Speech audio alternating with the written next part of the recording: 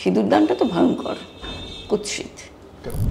সত্যি কি তারা উদার মনস্ক নাকি শো অফ করার জন্য কাজটা করছে? তো তারা সবটা জানেও না। হচ্ছে কঞ্চিদর প্রবাদটা তো এমনি এমনি তৈরি হয়নি। এখনো হয়তো কখনো কখনো ফিশ ফ্রাই খুব ভালো হলে, মানে আমার নাকে গন্ধ না এলে, তখন আমি খাই। বেলুর মতো আপনি হাইমেন চেক করে খুব কম জায়গায় রিপ্রোডাকশনের সময় জেন্ডারটা আসে। সব সময় যে জেন্ডার প্রত্যেকটা আলোচনায় ঢোকাতে হবে সেটার আমি কোনো প্রয়োজন মনে করি না। মেয়েরা শুধু সন্তান প্রসব করবে যাতে ওই উদ্বৃত্ত সম্পদ ওই বংশেই থাকে। আপনার নিজের মুখের কথাই সীতা প্রচণ্ড জগরুতে ছিলেন। একজন আমাদের খুব লিডিং অ্যাক্ট্রেস শাঁখ বাজাচ্ছিলেন, সেটা নিয়ে একটা বিরাট বিতর্ক হলো যে উনি ওটা ব্যাকগ্রাউন্ডে শাঁখের উনি আসলে পোজ করছিলেন, এই নিয়ে তাকে বিরাট ট্রোল করা হলো। সে তো ট্রোল করার মতোই, কারণ তিনি তো শাঁখ বাজাচ্ছিলেন না। মানে গালিগালাজ করার অধিকার আমাদের নেই, ওইটুকু সম্মান তো মহিলার সম্মানটা দিতে হবে না। মহিলার সম্মান বলে কোনো কথা হয় না। প্রত্যেক প্রজন্ম তার পরের প্রজন্মকে মনে করে অনেক বেশি উদ্ধত, অনেক বেশি ইত্যাদি ইত্যাদি ইত্যাদি। আমাদের সময় কেমন ভালো ছিল। স্বামী স্ত্রীতে যখন ঝগড়া করছি, বাচ্চাটাকে ধরছি সৈন্য হিসেবে, পণ যেটাকে ইংরেজিতে বলে, এবং তার ব্রেন ওয়াশ করছি, দুই পক্ষই করে। ছোটবেলায় আমি শিখেছি সংস্কৃত ইজ আ ডেড ল্যাঙ্গুয়েজ। ফেরার পরও শুধুমাত্র অযোধ্যার বাসীদের কথায়, রাজ্য লোভে সীতার সঙ্গে তো তিনিও চলে যেতে পারতেন। কেন আনে না তার কারণ তাহলে বিবেকানন্দের চরিত্রে দাগ পড়ে যাবে একটু। এই মণিপুরা আয়ুর্বেদা এরা হচ্ছে এসেনশিয়াল অয়েল বেস প্রোডাক্ট বানায়। আচ্ছা, এরা আমাদেরকে হেল্প করে এসব করার জন্য। তারা অবশ্য তাদের ক্যাটালগও পাঠিয়েছে, সময় মতন দেখে নিতে পারেন। হ্যাঁ, আর বাথ সল্ট, আচ্ছা, নিমের একটা ফেস ওয়াশ, এটা একদম পিওর গাছের নির্যাস থেকেই নেওয়া। আচ্ছা, বেশ। এই প্যাডম্যান সিনেমাটা তৈরি হওয়ার আগে আমাদের মধ্যেও অনেক লজ্জা ছিল। তাতে আপনি গান ঢোকান কি শিলনোড়ার ওপর দাঁড়ানো ঢোকান কি যাই ঢোকান, সেই অর্থে তো সবই বৈদিক বিবাহ। বৌদ্ধ ধর্মের হয়ে আমি হিন্দু ধর্ম ধ্বংস করতে এসেছি, এটাও বলে। কিন্তু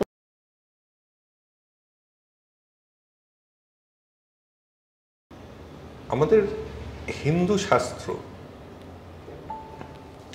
এটার সবচেয়ে মজা হচ্ছে যেটা এটা এতখানি বিস্তৃত যে অনেক মত এখানে আমরা অ্যাকোমোডেট করতে পারি। অদ্ভুত ব্যাপার হচ্ছে আমরা সেই মতগুলো জাহির করতে একে অপরের সাথে লড়াই করি, কোনো প্রয়োজন নেই কিন্তু। কারণ যদি সত্যি পড়াশোনা করা থাকে তাহলে দেখবেন যে আমাদের পুস্তকে, মানে আদি পুস্তক বেদ পুরাণ এগুলো যদি দেখেন, এর ইন্টারপ্রিটেশনের অনেক দিক আছে। তো আপনার ইন্টারপ্রিটেশনটাই যে ঠিক আর অন্যের ইন্টারপ্রিটেশন ভুল, এরকম কিন্তু কোনো মুনি ঋষি বলে যাননি। এটা আপনি নিজেকে বুঝিয়েছেন। ঠিক যদি গুরু খুঁজে পান, তিনিও কখনো বলবেন না। তো রামকৃষ্ণ বলেছিলেন যত মত তত পথ, কিন্তু সেটাকে বাদ রেখে বলছি। হ্যাঁ, আমাদের হিন্দু ধর্মটাই এরকম। আজকে এমন একজনের সাথে আলাপ করব, তার থেকে তার মতগুলো জানবো। অনেক মত একটু ব্যতিক্রমী, অনেক মত আমরা প্রথমবার শুনব, অনেক পুস্তকে অনেক কিছু লেখা আছে সেগুলো প্রথমবার জানবো, কারণ আমরা তো সব কিছু পড়িনি। প্রচুর লেখা, এবং সংস্কৃতে লেখা, সবাই আমরা সংস্কৃত জানি না। অদ্ভুতভাবে এত সুন্দর একটা ল্যাঙ্গুয়েজ আমরা মরে যেতে দিচ্ছি। কিন্তু তিনি বংশ পরম্পরায়, এটাও আবার একটা পিতৃতান্ত্রিক শব্দ, তো যে বংশ পরম্পরা মানেই ভাবে বাবার দিকে, তা না, মায়ের দিকেও বংশর পর একটা বংশর পরে অন্য বংশ হয়। তো উনি এই মতগুলো আস্তে আস্তে শিখেছেন এবং সেটাকে আরো বিস্তৃত করছেন। তো তার কথা শুনি, এর বেশি আর বলে লাভ নেই, আপনারা আবার ক্লিক করে অন্য ভিডিওতে চলে যান। কোনোদিন বলি না, কিন্তু আজকে বলছি, সাবস্ক্রাইব করবেন। এবং আজকে সবার কল্যাণের জন্যই এই ভিডিওটা শেয়ার করবেন, কারণ এই মতগুলোও জানার প্রয়োজন আছে। সব মত কিন্তু আমি মানব না, কয়েকটা জায়গায় চ্যালেঞ্জ করব এবং আশা করি উনি সেই চ্যালেঞ্জগুলোর গ্রহণও করবেন। নমস্কার। নমস্কার। রোহিণী ধর্মপাল। ধর্মপাল পদবিটা একবার বুঝবেন কিভাবে এলো? হ্যাঁ, খুব সংক্ষেপে বলছি। এটা আমার বাবা গুজরাটি, কিন্তু স্বাধীনতা আন্দোলনের আগে এখানে এসেছিলেন এই ভেবে, বাবা এবং বাবার কয়েকজন বন্ধু, তারা কিন্তু সহিংস আন্দোলনকারী ছিলেন। তো তারপরে যখন স্বাধীনতা পায় দেশ, মানে তাকে যদি স্বাধীনতা বলি আমরা, যাই হোক, সেটা নিয়ে অনেক বিতর্ক উঠতে পারে। তো সেই 1947-এর 15ই আগস্টের পরে তারা ফিরে যেতে চাননি, চেয়েছিলেন এখানেই সমাজসেবা ইত্যাদি করে যাবেন। এবং সেই সময় নিজেদের আগের নাম, মানে বলতে পারেন স্বেচ্ছায় সন্ন্যাস গ্রহণ, কিন্তু গৃহী থেকে। তো সেই সময়ে ধর্ম পালন করব আমরা, সেই ধর্ম মানে মানব ধর্ম, সেই ধর্ম পালন করব আমরা থেকে ধর্মপাল। মানে এর সঙ্গে গোপাল, ধর্মপাল, বাংলার ইতিহাসের পাল বংশেরও যোগ নেই, বৌদ্ধ ধর্মের ধর্মপালের সঙ্গে কোনো যোগ নেই। এটা একেবারে ব্যক্তিগত ধর্মপাল। অবাক লাগে না? মানে ইতিহাস যখন দেখি, ভগৎ সিং ওই কোণা থেকে বাংলায় এলেন, আপনার বাবার কথাও শুনছি গুজরাট থেকে বাংলায়, মাঝখানে অনেকখানি কিন্তু বিস্তৃত ভারতবর্ষ ছিল, কিন্তু সেখানে তারা থাকেননি, মানে একদম একটা পশ্চিম থেকে পূর্বে। এইটা নিয়ে বাংলা খুব একটা কিন্তু গর্ব করে না, যেটা একটা বিরাট গর্বের জায়গা। যে আজকে যে আপনি বিতর্ক বলবেন, আমার কাছে স্বাধীনতা পেয়েছি, আজকে যে এই কথাটা বিতর্ক আছে বলতে পারছি, সেটাও স্বাধীনতা। তো সেই জায়গাটাতে আমরা বাংলা হয়তো বা সবচেয়ে বেশি কন্ট্রিবিউশন আছে, নিঃসন্দেহে। বাঙালি নয়, বাংলার, অবাঙালিও প্রচুর আছে। তো যাই হোক, শুনে ভালো লাগলো। তো ওই গুজরাটের জন্য আপনি ভেজিটেরিয়ান? না, এটা একেবারে ব্যক্তিগত একটা অসুস্থতার কারণে। আমি সবই খেতাম, তারপরে কোনো একটা সময় বাইরে খেয়ে অসুস্থ হয়ে পড়ি, তারপরে আমার এটা একটা, কি বলবো, ট্রমা বা সাইকোলজিক্যাল কিছু একটা বলুন। আমি তারপর অনেকবার ট্রাই করেছি খাবার, এখনো হয়তো কখনো কখনো ফিশ ফ্রাই খুব ভালো হলে, মানে আমার নাকে গন্ধ না এলে, তখন আমি খাই। মানে হার্ডকোর ভেজ নই, কিন্তু ডিম, মাছ, মাংস সাধারণত অ্যাভয়েড করে চলি। মাংসটা একেবারেই খেতে পারি না কোনোভাবেই। দেখুন, আপনার সম্বন্ধে যতখানি জানি সব তো এই আপনার ইন্টারভিউগুলো দেখেই মেনলি, আর একটু যতখানি ইন্টারনেটে পেয়েছি, কিন্তু এর মধ্যে না আপনার মধ্যে কিছু কন্ট্রাডিকশন পাই। যেটা আপনি বলছেন নাকে গন্ধ না এলে আপনি খান। একটা ভিডিওতে দেখলাম একজন চিকেন খাচ্ছিল সাথে বসে, তখন বললেন ঘ্রাণে অর্ধভোজন, অর্ধক তো আমার খাওয়া হয়ে গেল, সেটা তো নাক দিয়েই খেলেন। তারপরে নিজে খাওয়ার সময় নাকে গন্ধ আসবে না, অন্য খাওয়ার সময় নাক দিয়ে খাবেন, এরকম একটা কন্ট্রাডিকশন আসছে আর কি। না, এটা আবার কন্ট্রাডিকশন নয়। আপনি যদি পতঞ্জলির যোগ দর্শন পড়ে থাকেন, সেখানে খুব সুন্দর একটা কথা আছে। এটা আমাদের ভারতীয় শাস্ত্রের না, মানে এটা আমার খুব ভালো লাগে, যে ইউরোপে যেমন ভগবান আর শয়তান দুটো ভাগ আছে, আমাদের কিন্তু সবই ভগবান, মানে সবই ঈশ্বর। সেই মানে নিরাকার ঈশ্বরকেও যদি ভাবি, বা কোনো একটা শক্তি বা কাউকে আমি আরাধনা করতে চাই, যেভাবে বলুন না কেন, কোনো নেগেটিভ শক্তির কিন্তু জয় জয়কার করা হয়নি আলাদা করে। তো সেই যোগ দর্শনে বলা হচ্ছে যে আমরা যাবতীয় যা কিছু করি সবই কিন্তু আমরা আমাদের ইন্দ্রিয়ের মাধ্যমেই করছি। সুগন্ধও পাচ্ছি নাক দিয়ে, দুর্গন্ধও তো নাক দিয়েই পাচ্ছি, ফলে আপনি কোনো ইন্দ্রিয়কে তো বাদ দিয়ে দিতে পারেন না। সেদিন অসুবিধা হচ্ছিল তাহলে? কখনো কখনো অসুবিধা হয়, আর কিন্তু ছোঁয়া অনেকের হয় না, ছোঁয়া এঁটো, হ্যাঁ এই ব্যাপারটা কোনো অসুবিধেই নেই। মানে এইখানে কাপটা আছে, ওইখানে কাপটা আছে, কিছু এসেছে এই পাশাপাশি কাঠটা দিয়ে ইনসুলেটরের এরকম মধ্যে ঢেকে দিয়েও গেলেও কিছু চলে হবে যাবে। না। হ্যাঁ এটা অনেকের আছে। হ্যাঁ তাদের ইনসুলেশন, আমার যদি গন্ধে অসুবিধে না হয় তাহলে অন্য কেউ খেলে আমার কোথাও কোনো অসুবিধে নেই। আচ্ছা, আগে জিজ্ঞাসা করে নিয়েছি আপনাকে রোহিণী করেই বলছি। একদম। এর আগে যতগুলো ইন্টারভিউ দেখেছি সাধারণত আপনি মহিলাদের ইন্টারভিউ দিয়েছেন বেশি, যতগুলো আমি দেখেছি। পুরুষদের হয়তো দিয়েছেন, আমি দেখিনি। এই পরশু দিনই দিলাম আর কি, সেটা এখনো বেরোয়নি হয়তো। তো এবার স্কুলেও পড়িয়েছেন বালিকা বিদ্যালয়, এখন যেখানে পড়াচ্ছেন ভয়ঙ্কর ভাবে বালিকা কলেজ। হ্যাঁ নামটা কিন্তু খুব সুন্দর। আমি খুঁজে বের করার আগে আপনি একটু বলে দেবেন। রামকৃষ্ণ সারদা মিশন বিবেকানন্দ বিদ্যা ভবন, এখন যোগ হয়েছে তার সঙ্গে গার্লস কলেজ।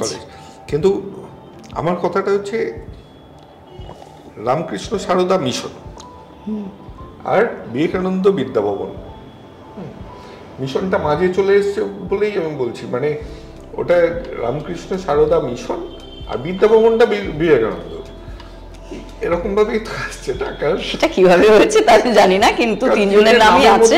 মিশনটাকে ঢুকিয়ে দিয়ে কিরকম একটু অর্থ শোনাচ্ছে। আর বিদ্যা ভবন মানে, হ্যাঁ বিদ্যা ভবন মানে স্কুল শোনায়, এই যে পরে কলেজটা হয়তো দিয়ে দিয়েছে। না ওটা শুরু থেকেই কলেজই।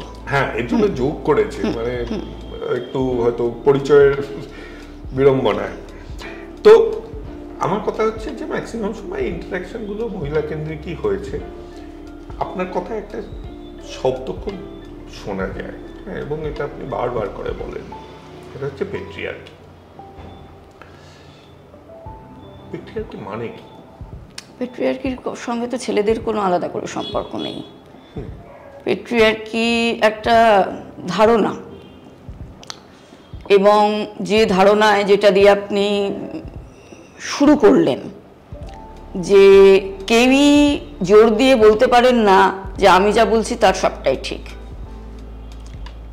এই যে কথাটা অনেকে যখন জোর দিয়ে বলেন আমরা যেটা বলছি সেটাই ঠিক, সেটাই কিন্তু মৌলবাদ বা পিতৃতান্ত্রিকতা। এবং সেটা ছেলেদের মধ্যে মেয়েদের মধ্যে সমানভাবে, যে কোনো মানুষের মধ্যে আর কি সমানভাবে থাকতে পারে। হয়তো আমাদের দেশে সমাজ ছেলেদের ছাড় একটু বেশি দিয়েছে, হয়তো না, সত্যি ছেলেদের একটু বেশি দিয়েছে, তাই জন্যে ছেলেদের মধ্যে এই ধারণাটা রয়েছে। কিন্তু মেয়েদের মধ্যে অনেক সময় আরও সফলভাবে এই ধারণাটা বাহিত হয়ে চলে যে এগুলো করতে নেই, ওগুলো করতে নেই, মেয়েদের এরমভাবে থাকা উচিত, মেয়েদের জোরে হাসা উচিত না, মেয়েদের রাত্রে বেরোনো উচিত না, এটা ছেলেদের তুলনায় মেয়েরা বেশি বলছেন। ফলে এটা একেবারেই একটা কনসেপ্ট, যেমন মাতৃত্বর সঙ্গে কিন্তু শুধু মেয়েদের কোনো সম্পর্ক নেই। একেবারে সিঙ্গেল পুরুষরা তারাও তো আজকাল বাবা হচ্ছেন, দত্তক নিচ্ছেন। এবং বাৎসল্য এই শব্দটাকে যদি ধরি তাহলে যে কেউ তো বাৎসল্য দেখাতে পারেন। একজন ট্রান্সজেন্ডার যিনি, তিনিও তো বৎসল হতে পারেন, এবং কোনো মানুষের প্রতি হতে হবে তারও তো কোনো মানে নেই। আহত কোনো বেড়াল পাখি, সেটাই তো মাতৃত্ব। এইখানেই একটা প্রশ্ন, এটা ভেবেছিলাম অনেক শেষে যাব ঝগড়া করার সময়, কিন্তু আপনার একটা ইন্টারভিউতে না আপনি বলেননি, আপনি খুব সুন্দরভাবে এড়িয়ে গেলেন সেই সময়টা। একজন বলল যে আমি তো, মারাই তো জন্ম দেয় পালন করে, তার মাদের পদবি কেন না, আমি কবে থেকে আমার সন্তানকে চাইছি আমার পদবিতে নিয়ে যেতে, যে কেন পাচ্ছি না। এটা তো পেট্রিয়ার্কি নয় যে আমি ফিজিক্যালি তাকে বহন করেছি বলে সে আমার খেলনা,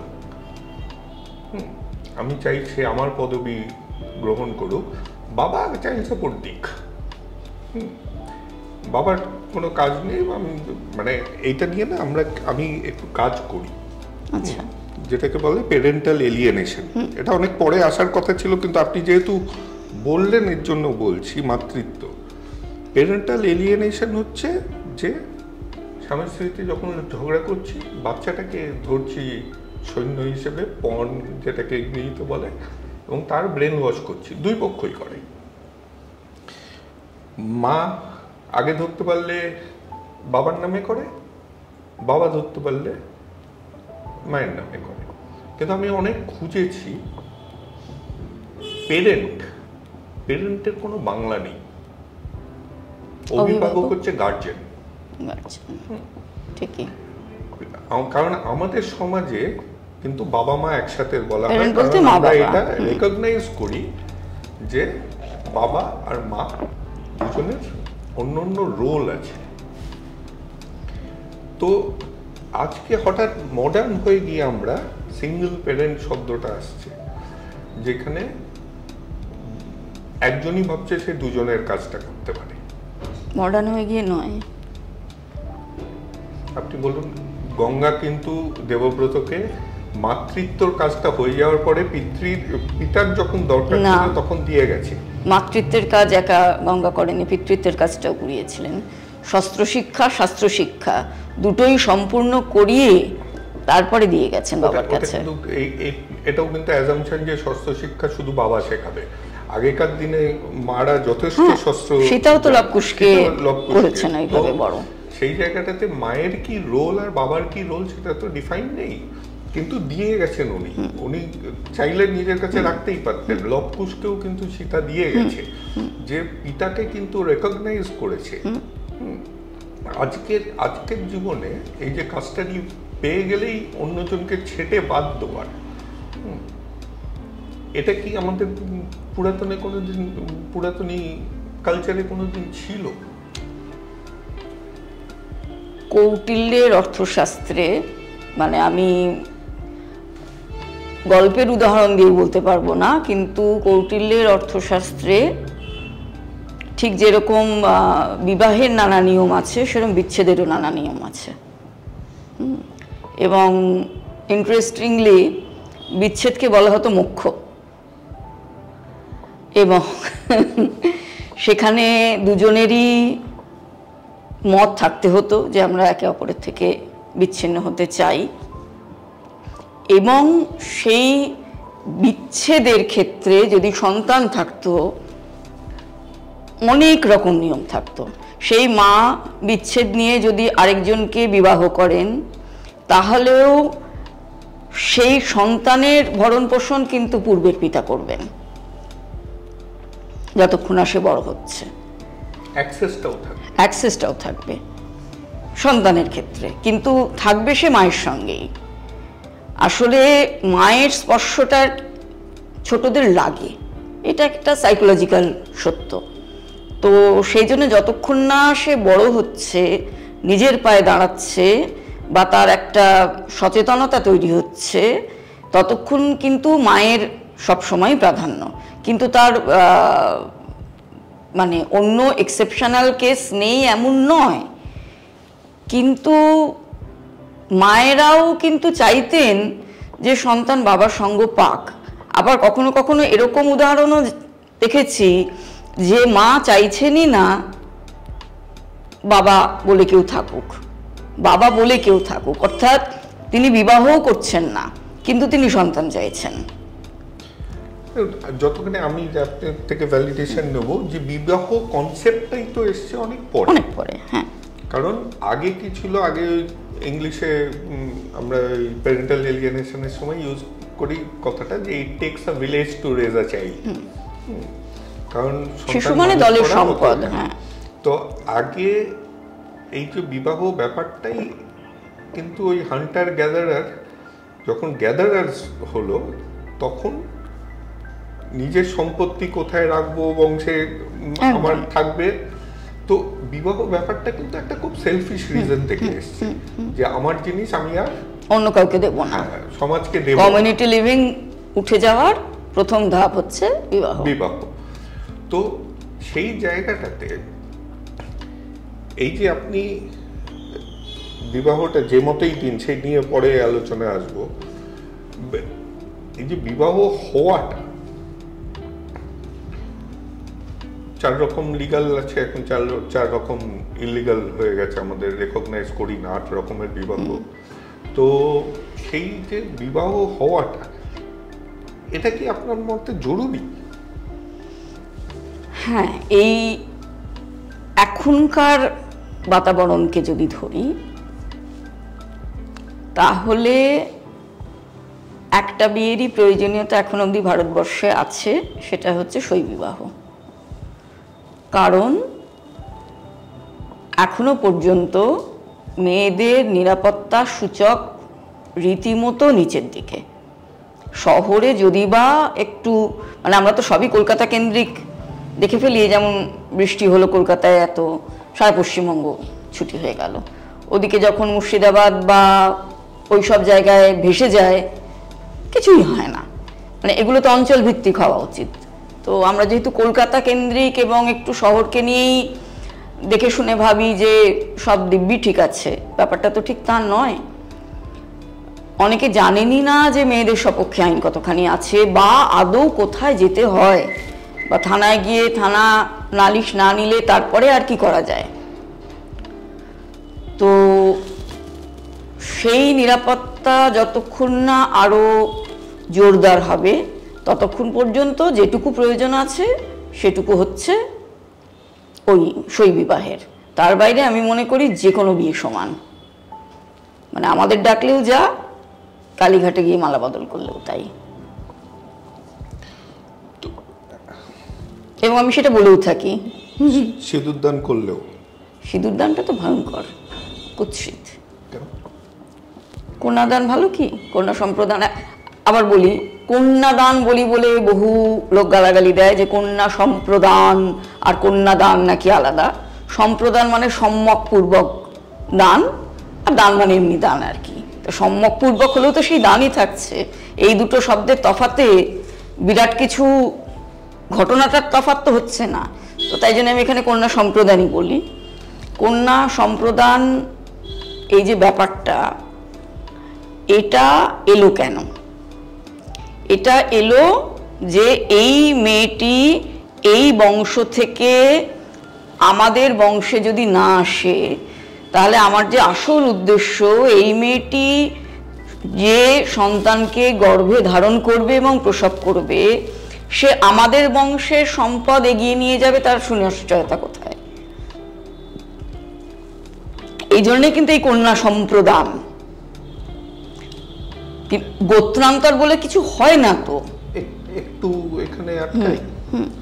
সতীদাহ প্রথা, সতীদাহ প্রথা কেন চলতে থেকেছে? কারণ যে মেনলি যেটা আমরা দেখেছি, যে যদি কোনো বিধবা তার স্বামীর সম্পত্তি তারা পেত, তাহলে তার আশেপাশের লোকেদের অসুবিধা বলে তাকে পুড়িয়ে মেরে ফেলা হতো। মানে একদম বাংলা ভাষায় এটাই। একদম।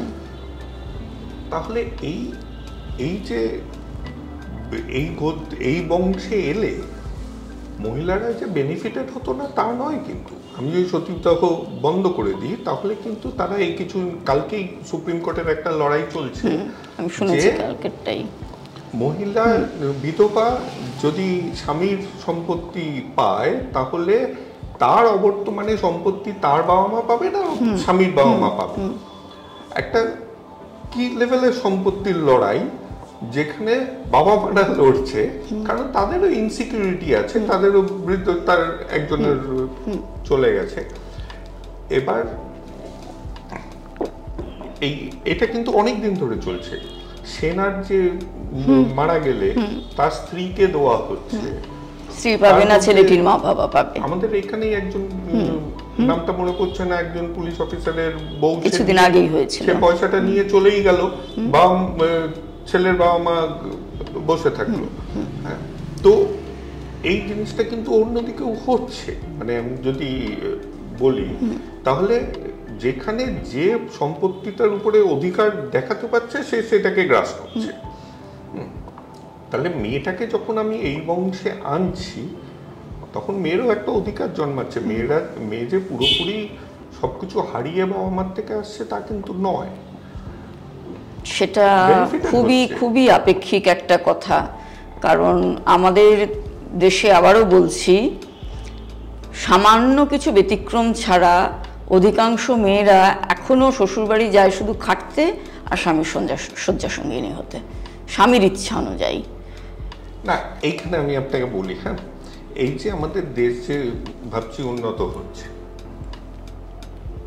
একদিকটা অবশ্যই আপনি একটা নাম নিলেন আমরা যখন শুটের আগে, দিল্লি স্কুল নিয়ে বললেন আপনি ভাবুন দিল্লির স্কুলের বাচ্চাদের উনি শুরু করেছিলেন যে সকালে ছেলেরা ক্লাস 2-3 এর বাচ্চারা এরকম হাত নিয়ে শপথ নেবে যে আমি মহিলাদের প্রোটেকশন দেবো, তাই তো? তার মানে এটা নিয়ে কেউ আপত্তি তুলবে না, এটা নিয়ে কেউ আপত্তি তুলবে না, কারণ মহিলারা ভাবে, যারা আপত্তি তোলার কথা তারা ভাবছে যে বিরাট একটা মহিলা কেন্দ্রিক ব্যাপার হচ্ছে, কিন্তু এর মধ্যে যতখানি মানে ঢোকানো আছে যে মহিলার প্রোটেকশন দরকার, রাখি বন্ধন যা ভাই আমাকে রক্ষা করবে, রক্ষা করার দরকার কেন হবে, সেই জায়গাটাতে তো আসতেই হবে। তো আমাদের বারবার করে এই জিনিসটা আমরা করছি, কারণ আগে যদি দেখি যে জিনিসটা আপনিও মানলেন যে পুরাতন সময়ে অনেক মহিলাতান্ত্রিক ব্যবস্থা ছিল, যেটা আস্তে আস্তে টিপিক্যালি আমাদের যত ধর্ম প্রগ্রেস করেছে, আমরা ধার্মিক হয়েছি, তত জিনিসপত্র যেতে থেকেছে। কিন্তু এটা তো অস্বীকার করার নেই যে একটা পুরুষের সাথে দৈহিক লড়াইয়ে হয়তো মহিলারা সবসময় পারবেন না। একটা 100 মিটার রেসে হয়তো পুরুষ তাড়াতাড়ি দৌড়াবে, মহিলারা দেরিতে দৌড়াবে, এটা এর জন্যই দুটো আলাদা আলাদা কম্পিটিশনও হয়। তো আমার এটা আপনার থেকে ভ্যালিডেট করা যে এই যে পুরুষদের একটা উঁচু জায়গা পেল, সেটা কি যখন মহিলাতান্ত্রিক ছিল আমাদের সমাজ, তখন কি তারা ফিজিক্যাল প্রোটেকশন চাইলো পুরুষদের? না হলে হঠাৎ এটা ঘুরলো কিভাবে? এত জ্ঞান আমার নেই যে হঠাৎ কিভাবে ঘুরলো, কিন্তু যখনই ওই সম্পত্তির জায়গাটা এলো, উদ্বৃত্ত সম্পদ, তখনই সেই উদ্বৃত্ত সম্পদ রক্ষা করার জন্য বাড়িতে কাউকে থেকে যাওয়ার প্রয়োজনীয়তা শুরু হলো। আমার মনে হয় তখনই ওই ভাগটা শুরু হলো যে বাইরে যাবে ছেলেরা, ভারী কাজ করবে ছেলেরা, মেয়েরা বাড়িতে বসে ওই উদ্বৃত্ত সম্পদ রক্ষা করবে। তাহলেও একটা ডিভিশন অফ লেবার। হ্যাঁ, এই যে মেয়েরা বাড়িতে থেকে সম্পদ রক্ষা করতে শুরু করলো, সেটাও কিন্তু সম্পদ রক্ষা করাই, সেখানে কিন্তু কিছু কম পরিশ্রম বা কম সাহসের প্রয়োজনীয়তা ছিল না, কারণ আক্রমণ হলে পুরুষরা সবাই বাইরে, মেয়েরাই সেই আক্রমণ থেকে রক্ষা করবে। আমি সবটাই কল্পনা করে বলছি, কারণ এগুলো তো যথেষ্ট অফেন্স আর ডিফেন্স দুটোই সমান জরুরি। হ্যাঁ, তো তারপরে আস্তে আস্তে যখন এই জিনিসগুলো হলো, এই যে মেয়েদের শুধু গর্ভ হিসেবে দেখা শুরু হলো, যে মেয়েদের আর কোনো কাজ নেই, মেয়েরা শুধু সন্তান প্রসব করবে যাতে ওই উদ্বৃত্ত সম্পদ ওই বংশেই থাকে, ফলে বাইরে মেয়েদের প্রয়োজনীয়তা কমতে থাকলো, মেয়েদের নিজেদের মধ্যেও আত্মবিশ্বাস কমতে থাকলো। এখনো যেমন বলা হয় যে ইকোনমিক্যালি মেয়েরা যতক্ষণ না আরো বেশি সংখ্যায়, যদি আমি মনে করি শুধু ইকোনমিক্যালি স্বাধীন হলে চলবে না, মানসিক স্বাধীনতা অনেক বেশি জরুরি, কিন্তু অনেকটা সংখ্যায় ইকোনমিক্যালি স্বাধীন না হলে মেয়েদের মধ্যে ঠিক এই বিশ্বাসটাও আসবে না যে আমরাও পারি। স্বাধীনতার ডেফিনেশনটা জানা জরুরি নয় কি? সবাই জানা জরুরি, কিন্তু মানে যে ছেড়ে বেরিয়ে না, একদম নয় তো, একেবারেই নয়। সংরক্ষণ করা, সেটাকে ঠিক মতন আরো বেশি করে সমৃদ্ধতর করে তোলা, সেটাকে সঞ্চালিত করা, এই সব কাজটা নিয়েই কিন্তু, এবং এই যে যখন সমৃদ্ধ করছি তখন কিন্তু প্রয়োজনে আবার বিয়োজনও করছি কিছু, শুধু সংযোজন নয়। হ্যাঁ, তো এই সবটা নিয়েই স্বাধীনতা। এটা এই যে প্রথমেই আপনি বললেন না স্বাধীনতা নিয়ে বিতর্ক, কথাটা আমি বললাম এবং আপনি বললেন ধরে নিচ্ছি, হ্যাঁ আমি এটা স্বাধীনতাই ধরে নিচ্ছি। স্বাধীনতা কথাটা নিয়ে সবসময় বিতর্ক আছে, যে কোনো ক্ষেত্রে, ব্যক্তিগত হোক, দেশ হোক, পৃথিবী হোক। সমাজে থাকতে গেলে কিছু স্বাধীনতা তো সবসময় খর্ব হবে, ব্যক্তি স্বাধীনতা তো পুরোপুরি। এবার প্রত্যেকেরই যদি আমার যদি এখনো মনে হয় আপনাকে আমি মেরে ফেলবো, আমার ইচ্ছে হচ্ছে, সেটা তো আমি করতে পারি না, মানে সেই জন্যই তো লেখাপড়া শেখা বা কিছু করা। কিন্তু এই যে চিন্তা ভাবনার স্বাধীনতা, এমনকি ক্রাইমের যে ডেফিনেশন সেখানেও বলা হচ্ছে একজন ব্যক্তি যতই অপরাধ প্রবণ মানসিকতা তার হোক না কেন, যতক্ষণ না সে অপরাধ করছে ততক্ষণ আমি তাকে অপরাধী বলতে পারি না। তো সুতরাং আমি যাই ভাবি না কেন, আমি যতক্ষণ না সেই স্বাধীনতাটা প্রয়োগ করতে পারবো ততক্ষণ কিন্তু আমি স্বাধীন হইনি। এবং সেই স্বাধীনতা প্রয়োগের প্রথম এবং প্রধানতম পদক্ষেপ আমার মতে নিজের একটা মতামত গড়ে তোলা, সিদ্ধান্ত নিতে পারা। এবং সেই সিদ্ধান্ত নেওয়া মানে সেই সিদ্ধান্তই যে মানতে হবে সবাইকে এমন নয়, কিন্তু আমি সেই সিদ্ধান্ত আমার একটা আলাদা করে নিলাম এবং সবার সঙ্গে আলোচনায় বসলাম। এইটুকুও তো এখন অবধি মেয়েদের জায়গা না। হ্যাঁ, এটাই হচ্ছে সবার সাথে বসাটা নিয়েই হচ্ছে কথাটা। সেটা তো একই ক্ষেত্রে অন্যদের ক্ষেত্রে অন্যরা তো আলোচনা করে না, স্বাধীনতা সিদ্ধান্ত নিয়ে নেয়, বাড়ির কর্তা সিদ্ধান্ত নেবে। আমি এবার একটু শিক্ষিত সমাজেই আসি ফিরে, হ্যাঁ, কারণ ওই বলাটা আমাদের চেনা। সাধারণত দেখা যায় যে একটা সংসারে যখন দুজনই আর্নিং মেম্বার, সংসার চালানোর দায়িত্বটা কিন্তু পুরুষের। দেখুন, ব্যাপারটা হচ্ছে যে এই যে একটা উগ্র, আমি মানে, কারণ আমি একদম মানুষে বিশ্বাসী, আমি তার মধ্যে জেন্ডার আমি সব কিছুতে ঢোকানোর প্রয়োজনই বোধ করি না। মানুষ যখন পার্সোনাল লেভেলে থাকে তখন জেন্ডার, কিংবা আমার কাছে খুব কম জায়গায় রিপ্রোডাকশনের সময় জেন্ডারটা আসে। সব সময় যে জেন্ডার প্রত্যেকটা আলোচনায় ঢোকাতে হবে সেটার আমি কোনো প্রয়োজন মনে করি না। এটা আমার ব্যক্তিগত মন্তব্য। শুনছি, বলুন না। এবার আজকে যে একটা উগ্র ব্যাপার চলছে যে কোনো প্রশ্ন করা যাবে না। প্রশ্ন মানে কিন্তু অমত দেখানো নয়, প্রশ্ন করা মানে হচ্ছে যে এই কাজটা যে তুমি করছো সেটা নিয়ে কি ভেবেছো? একটা ছেলে সিগারেট মাচো দেখানোর জন্য যদি খায়, তার মানে যে নারী স্বাধীনতাতে তোমাকে সিগারেট খেতে হবে, কারণ সিগারেট খাওয়াটা খারাপ, একদম। তুমি বরঞ্চ ছেলেটাকে খাওয়া বন্ধ করাও, নিজে না খেয়ে। আমার কাছে এইটা হচ্ছে অ্যাকচুয়াল জেন্ডার ইকুয়ালিটি। কিন্তু আজকে উল্টোটা হচ্ছে, বড্ড বেশি হচ্ছে। তার জন্য প্রচুর ডিপ্রেশন, প্রচুর হঠাৎ কেন, আমি যদি এবার আপনাকে এইখানে একটু থামিয়ে উল্টো প্রশ্ন করি যে এইটা কেন হচ্ছে বলে আপনি মনে করছেন? কারণ আমরা সবসময় একটা ওই কি বলে ওটাকে, সিসরের বাংলাটা মানে ব্যানানা বলে, মানে একদিকটা নিচু ছিল মারাত্মক, সেইটাকে কাউন্টার করতে গিয়ে এখন অন্য দিকটা মারাত্মক নিচু হয়ে গেছে, কোনো একদিন আবার আসবে সেটা কাউন্টার করতে এই দিকটা, আমরা কোনোদিনই ব্যালেন্সে থাকবো না।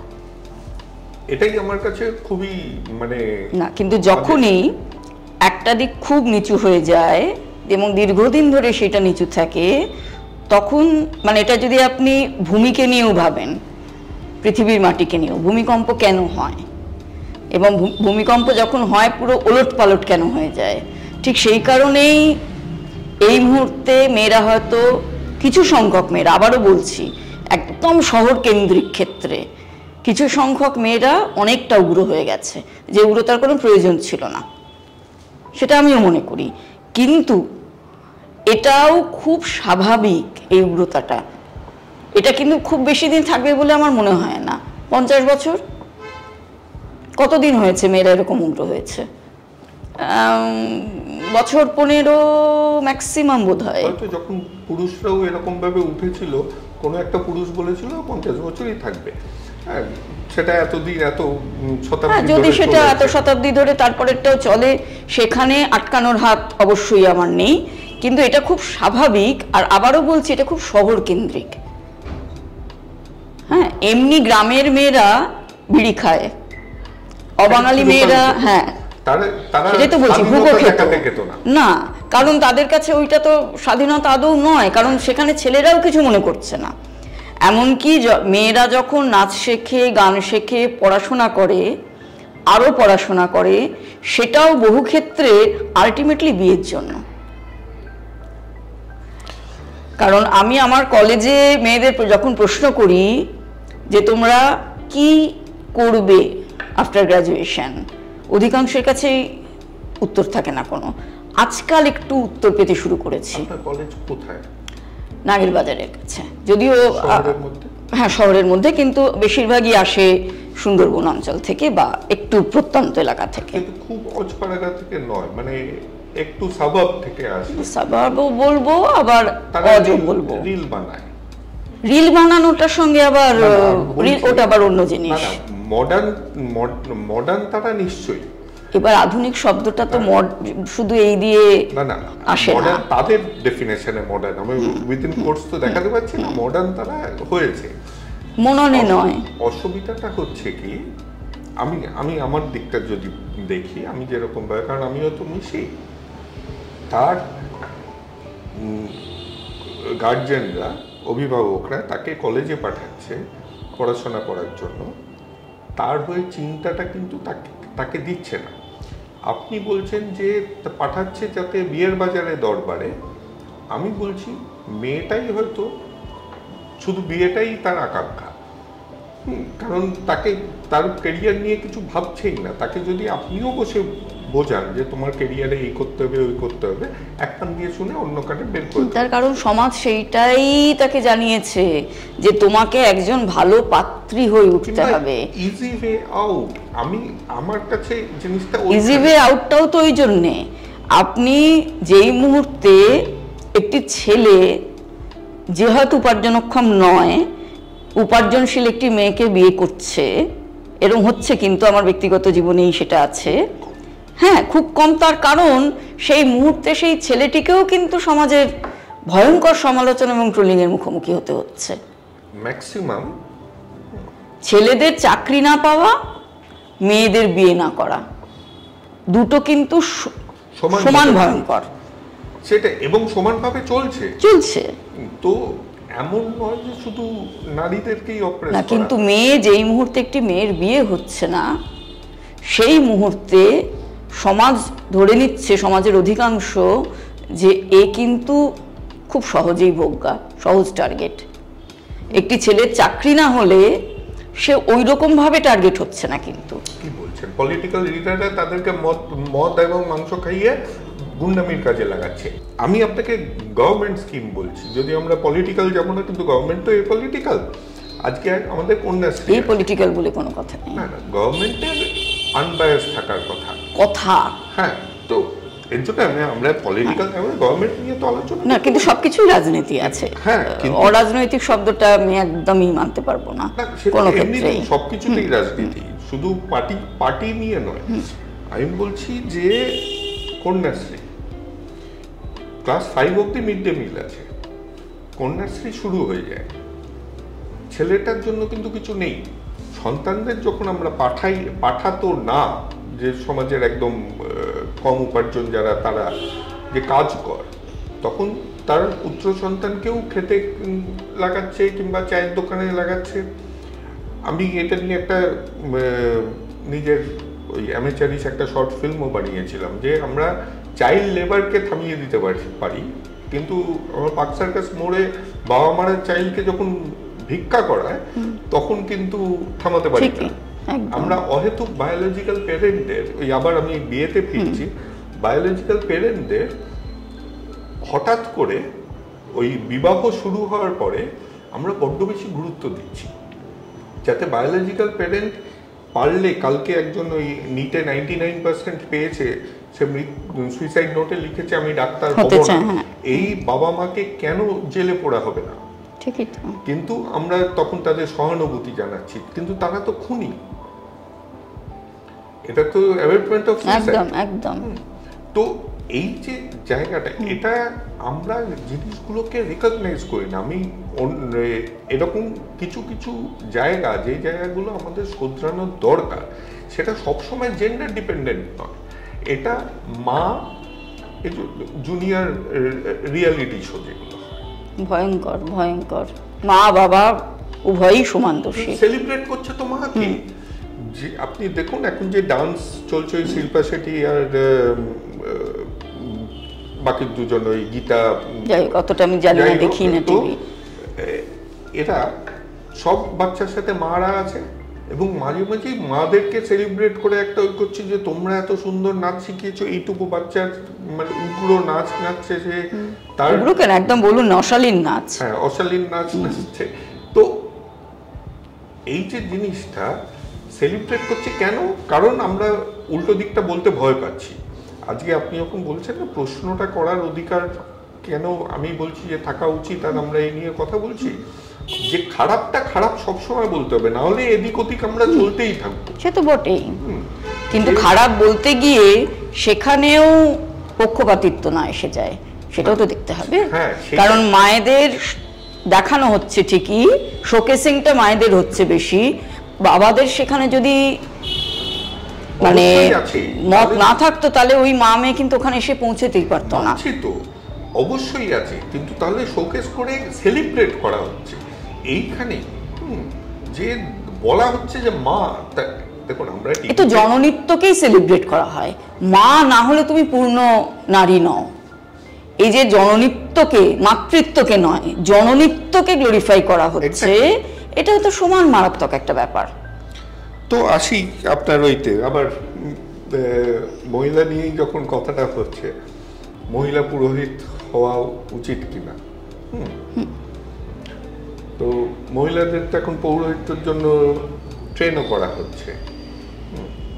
আমি আমার ব্যক্তিগত ঘটনা নিয়ে বলি, আমি তো সংস্কৃতের মানুষ নই, মা ছিলেন, এবং মা আর বাবার বিয়ে হয়েছিল 1967-তে যখন, তখন অনির্বাণ বলে আরেক বেদজ্ঞ মানুষ ছিলেন, তাকে মারা অনুরোধ করেছিল ঋগ্বেদে যে বিবাহ সূক্ত আছে সেটাকে একটু সংক্ষিপ্ত করে একদম ঘরোয়া একটা সংক্ষিপ্ত মন্ত্রের সম্পাদনা করে সেইটা দিয়ে বিয়ের কাজটা করতে, এবং সেই বিয়েতে নারায়ণী দেবী বলে আরেকজনও ছিলেন যিনি সহ উপাচার্য হয়েছিলেন। সেইভাবে বিয়ের পর মায়ের মনে হলো যে, প্রথম কথা তো বৈদিক ভাষা সংস্কৃত ভাষা এই পার্থক্যটাই আমরা জানি না, এবং বৈদিক ভাষা ছেড়ে দিন সংস্কৃত ভাষাও সবাই ওই অং বং চংই বলে, তার মধ্যে যে কি আছে, মাধুর্য আছে, দেবদেবতার স্তুতি আছে না গালিগালাজ আছে, কিছুই আমরা জানি না। হ্যাঁ, মেরে ফেলেছি মানে এমনিতে তো সংস্কৃত নিয়ে ছোটবেলায় আমি শিখেছি সংস্কৃত ইজ আ ডেড ল্যাঙ্গুয়েজ, হ্যাঁ স্কুলে শেখানো হয়েছে। কথাটা হচ্ছে প্রাচীন ভারত নিয়ে যে রিসার্চ করবে তার সংস্কৃত অবশ্যই জানা উচিত, বাকিদের না জানলেও চলে, বাচ্চাদের উপর বেশি চাপ দেওয়ার দরকার কি, মাতৃভাষা জানুক, ইংরেজি ভাষাটা জানুক, হিন্দি শেখারও মোটেও কোনো আবশ্যিকতা থাকার কথা নয়, মানে দরকার নেই বাচ্চাদের উপর অত চাপ দেওয়ার, বরঞ্চ সাহিত্য গান এগুলো শেখাক না যত খুশি, যাই হোক সেটাতে তো মতান্তর হতেই পারে। এবার মা তখন বাংলা অনুবাদ করলেন এবং ছন্দে, কবিতায়, মা কিন্তু বেদের মন্ত্র বলতেন না, বেদের কবিতা বলতেন। এবার এই যে বাংলায় পুরো জিনিসটা এলো, ন্যাচারালি কিছু কিছু মানুষের কাছে খবরটা গেল, তখন সোশ্যাল মিডিয়া তো আর ছিল না যে এত সর্বত্র খবর ছড়িয়ে পড়বে। তো যাই হোক, মা বেশ কিছু এরকম বিয়ের কাজ করেছেন বাবার সঙ্গে বা কখনো নিজেদের ছাত্রীদের সঙ্গে। 2010 সালে মায়ের দুই ছাত্রী, একজন তার নাম নন্দিনী ভৌমিক, মোটামুটি সকলেই জানে, সেই ছাত্রীটি এলো মায়ের কাছে অনুমতি চাইতে যে এইভাবে আমরাও বিয়ে দিতে পারি কিনা। তো হ্যাঁ নিশ্চয়ই চাইলে পারো, যে কেউ পারে। মা চলে যাওয়ার পর 2018-তে হঠাৎ দেখি ওই মহিলা বলতে শুরু করলো যে এই পুরো যে সংক্ষিপ্ত বিয়ে, এই অনুবাদ, এই সব কিছু তার করা, এমনকি বিয়েতে রবীন্দ্রনাথের গানের ব্যবহার সেটাও তার শুরু করা। এবং মজা হচ্ছে, যেটা আমি সব জায়গায় বলি, অনুবাদকার সেটা নিয়ে বাঙালি কত মাথা ঘামাবে আমি জানি না, কিন্তু রবীন্দ্রনাথের গান বিয়েতে গাওয়া শুরু হয়েছে 2010 সালে, এটা যে বাঙালি বিশ্বাস করে, সেই বাঙালি রবীন্দ্রনাথের নাম তাদের না নেওয়াই ভালো, সেই অংশের আর কি। তো যাই হোক, তো সেই প্রথম আমার প্রতিবাদ করা শুরু। এবার প্রতিবাদ করতে গিয়ে হলো কি, অধিকাংশই বললেন যে ঠিক আছে, এটা আমরা মেনে নিচ্ছি, কিন্তু আমরা এইভাবে কাজটা করতে চাই। সেক্ষেত্রে উপায় কি? তখন আমার এই কাজটায় আসা। তো প্রথমে আমার কাজ ছিল মায়ের নামটাকে পুনরুদ্ধার করা। তো ওই মহিলা এখন অন্য একজনের অনুবাদ ব্যবহার করে, এখনো পর্যন্ত নিজে এক লাইন অনুবাদ করারও ক্ষমতা তার দেখাতে পারিনি। কিন্তু তারপরে আমি জায়গাটায় ঢুকে যেটা দেখলাম, সেটা হচ্ছে ভয়ঙ্কর অন্ধকার কিছু দিক। এবং সাধারণত অন্য মহিলা পুরোহিতরা যেটা করেন, সেটা পুরুষ পুরোহিতরা যা করেন তারই অনুকরণ। কোথাওই কোনো খুব একটা পরিবর্তন আসেনি, ওই দু একটা গান টান ঢোকানো ছাড়া। তারা এখনো মনে করেন মা এই অধ্যাপিকা, মায়ের ছাত্রীটিও, যে পিরিয়ড হলে আমরা অশুচি হয়ে যাই এবং বিষ্ণু মন্ত্র স্মরণ করে পবিত্র হই। তো সেই জায়গাটা আমি দেখলাম, আমি যদি ছেড়ে চলে যাই তাহলে এগুলো এরকমই থাকবে। কিন্তু আমি এর ভেতরে ঢুকি না, দেখি না কিছু কিছু সংস্কার করতে পারি কিনা, কিছু কিছু জায়গায় যেটুকু ভালো আছে সেইটুকু রেখে কিছু খারাপ জিনিস বাদ দিয়ে জিনিসটাকে যদি রাখা যায়। আমি এরকম মনে করি না আমাদের প্রাচীন ভারতে সবকিছুই খারাপ ছিল, আবার সবকিছুই ভালো ছিল, এটাও তো নয়, এটা হতে পারে না, মানে কখনো কোনো যুগেই সম্ভব না। থামবো, বেশি কথা বলে ফেলছি। না না না, আমার একটা প্রশ্ন আছে, আমি থামাবো কিনা ভাব। আমি কনস্ট্যান্ট বলে যাই, আপনি থামাবেন। মানে এইখানে না আমার একটা, আমি জাস্ট আপনার কথার মধ্যে বলছি, আপনার মা যখন পুরো নতুন বলে জিনিসটা করতেন, সেটা নিয়ে কারোর কিচ্ছু বলার নেই, কিন্তু আপনার সময় আপনি কিংবা আপনার যারা ফলোয়ার, তারা এটাকে বৈদিক বলতে শুরু করলো। না, মাও পুরো নতুন বৈদিক বিবাহই বলতেন। পুরো নতুন শব্দটা ব্যবহার এখনো আমরাও তাই করি। না, আপনার ফলোয়ার বলছি, আপনি আমরা বলছেন যখন, না তখন আপনার মানে ফলোয়ার না, আমি এবং আমার টিম। আপনার টিমের কথা হচ্ছে না, যারা ডাকছে আপনাদের, তারা বলছে আমরা বৈদিক মতে বিয়ে করছি। রবীন্দ্রনাথ কিন্তু বৈদিক যুগের নয়, একেবারেই না।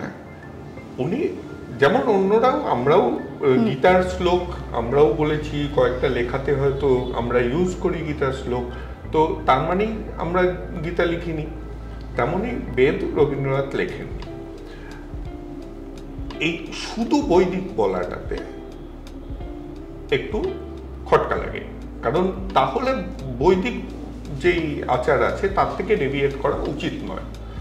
যদি পুরো নতুন বৈদিক বলা হয়, তাহলে পুরনো নতুন সবই সাথে আসে। এইখানেই আমার প্রশ্নটা আসে, আপনার যে অন্য ইন্টারভিউগুলো দেখেছি, আপনি যেগুলো বলেছেন, ও তাই নাকি, তাই নাকি, ও হ্যাঁ সত্যি তো। আবার কয়েকজন, আপনি যখন, আমি সেটাতে আসবো, বিবেকানন্দর যখন ক্রিটিসাইজ করছেন, তখন হ্যাঁ উনি এটা করেছেন করে হ্যাঁ বলে। আমি তাদেরকে ক্রিটিসাইজ করছি না, তাদের প্রত্যেকজন ইন্ট্রোডিউস করে আপনি সংস্কৃতের প্রফেসর বলে, বৌদ্ধ ধর্মাবলম্বীও বলে, বৌদ্ধ ধর্মের হয়ে আমি হিন্দু ধর্ম ধ্বংস করতে এসেছি, এটাও বলে। কিন্তু এইটুকু হোমওয়ার্ক করা যাদের সময় হয়নি, যারা এইটুকু পড়াশোনা করেন, আপনি কি মনে করেন যে এটাতে কোনো সংস্কার হচ্ছে না হিরো ফলোইং হচ্ছে? আমার এইখানে আপনার উদ্দেশ্য নিয়ে আমার প্রশ্ন, বুঝতে পেরেছি আমি, তার ফলটা নিয়ে প্রশ্ন, যে কিছু একটা জাস্ট তর্কের খাতিরে মানে জিজ্ঞাসা করি, আপনার মতে বিয়ের যা খরচ আর সেম স্কেলে যদি আমি নর্মাল প্রচলিত ঢঙে বিয়ে করতাম, কোনটাতে খরচ বেশি হতো? ক্যাশ আর কাইন্ড ধরলে নর্মাল স্কেলে যদি যেভাবে বিয়ে হয় তাতে যদি করতেন, খরচ বেশি হতো। তাই তো, এটা যদি আমি তর্কের খাতিরে বলি যে সস্তায় এবং ফেসবুকে বাহবা পাওয়ার জন্য অনেকে করছে এটা, কোনো চেঞ্জ হয়তো মানে আমরা দেখতেই পাবো না। আমি আপনার কাজটাকে ক্রিটিসাইজ করছি না, আমি তার ফলটাকে নিয়ে, যে আপনি তো করছেন একটা উদ্দেশ্য নিয়ে, যে আপনি যেগুলো মানে খারাপগুলো সরিয়ে ভালোগুলোকে এনে, কিন্তু ভালোগুলোকে আদৌ আসছে, এইখানেই আমার প্রশ্নটা। কারণ যারা আপনার কথায় আহা উহু করছে, তাদের এইটুকু সময় নেই জানার জন্য যে আপনি সংস্কৃত পড়ান না। তারা আপনার কাছে বসেছে, আপনার ইন্টারভিউ নিতে এসছে, 5 মিনিট খুঁজলে আপনার একটা রেজিউমে আছে গুগলে যেটা বেরিয়ে আসে। না, সবাই যে পড়াশোনা করে আসেন না, এটাও আবার ঠিক কথা নয়। যারা আহা উহু করে, আমি না, আহা উহু করার লোক যারা চিরকালই আছে, যারা আহা উহু করে, ওই যে বলে না বাঁশের চেয়ে কঞ্চি দর, প্রবাদটা তো এমনি এমনি তৈরি হয়নি, এই কারণেই তৈরি হয়েছে। কিন্তু তারা সবটা জানেও না, অথচ প্রশংসাও করছে, আবার তার থেকে অনেক বেশি সংখ্যক লোক কিন্তু গালিগালাজও করছে। ঠিক আছে, এবার গালিগালাজকে যদি বাদ দিই, সবটা জেনে করছেন, তাদের প্রত্যেকের দায়িত্ব তো আমার নয় যারা আহাহু করছেন। আমার দায়িত্ব তাদের নিয়ে, যারা সরাসরি আমার কাছে প্রস্তাব নিয়ে আসছেন, সেই প্রস্তাব মানছেন বা মানছেন না। দেখেছেন যে তারা এই কিছুদিন আগে আরজিকর ঘটনা যখন ঘটলো, একজন আমাদের খুব লিডিং অ্যাক্ট্রেস শাঁখ বাজাচ্ছিলেন, সেটা নিয়ে একটা বিরাট বিতর্ক হলো যে উনি ওটা ব্যাকগ্রাউন্ডে শাঁখের উনি আসলে পোজ করছিলেন, এই নিয়ে তাকে বিরাট ট্রোল করা। সে তো ট্রোল করার মতোই, কারণ তিনি তো শাঁখ বাজাচ্ছিলেন না। না, ট্রোল করার না, তিনি মানে গালিগালাজ করার অধিকার আমাদের নেই, আমরা বলতে পারি যে শাঁখ বাজাচ্ছেন না। কিন্তু আমার প্রশ্নটা হচ্ছে, এই যে মডার্ন, কিন্তু তিনিও তো মহিলা, তার মানে ওইটুকু সম্মান তো মহিলার সম্মানটা দিতে হবে না। মহিলার সম্মান বলে কোনো কথা হয় না।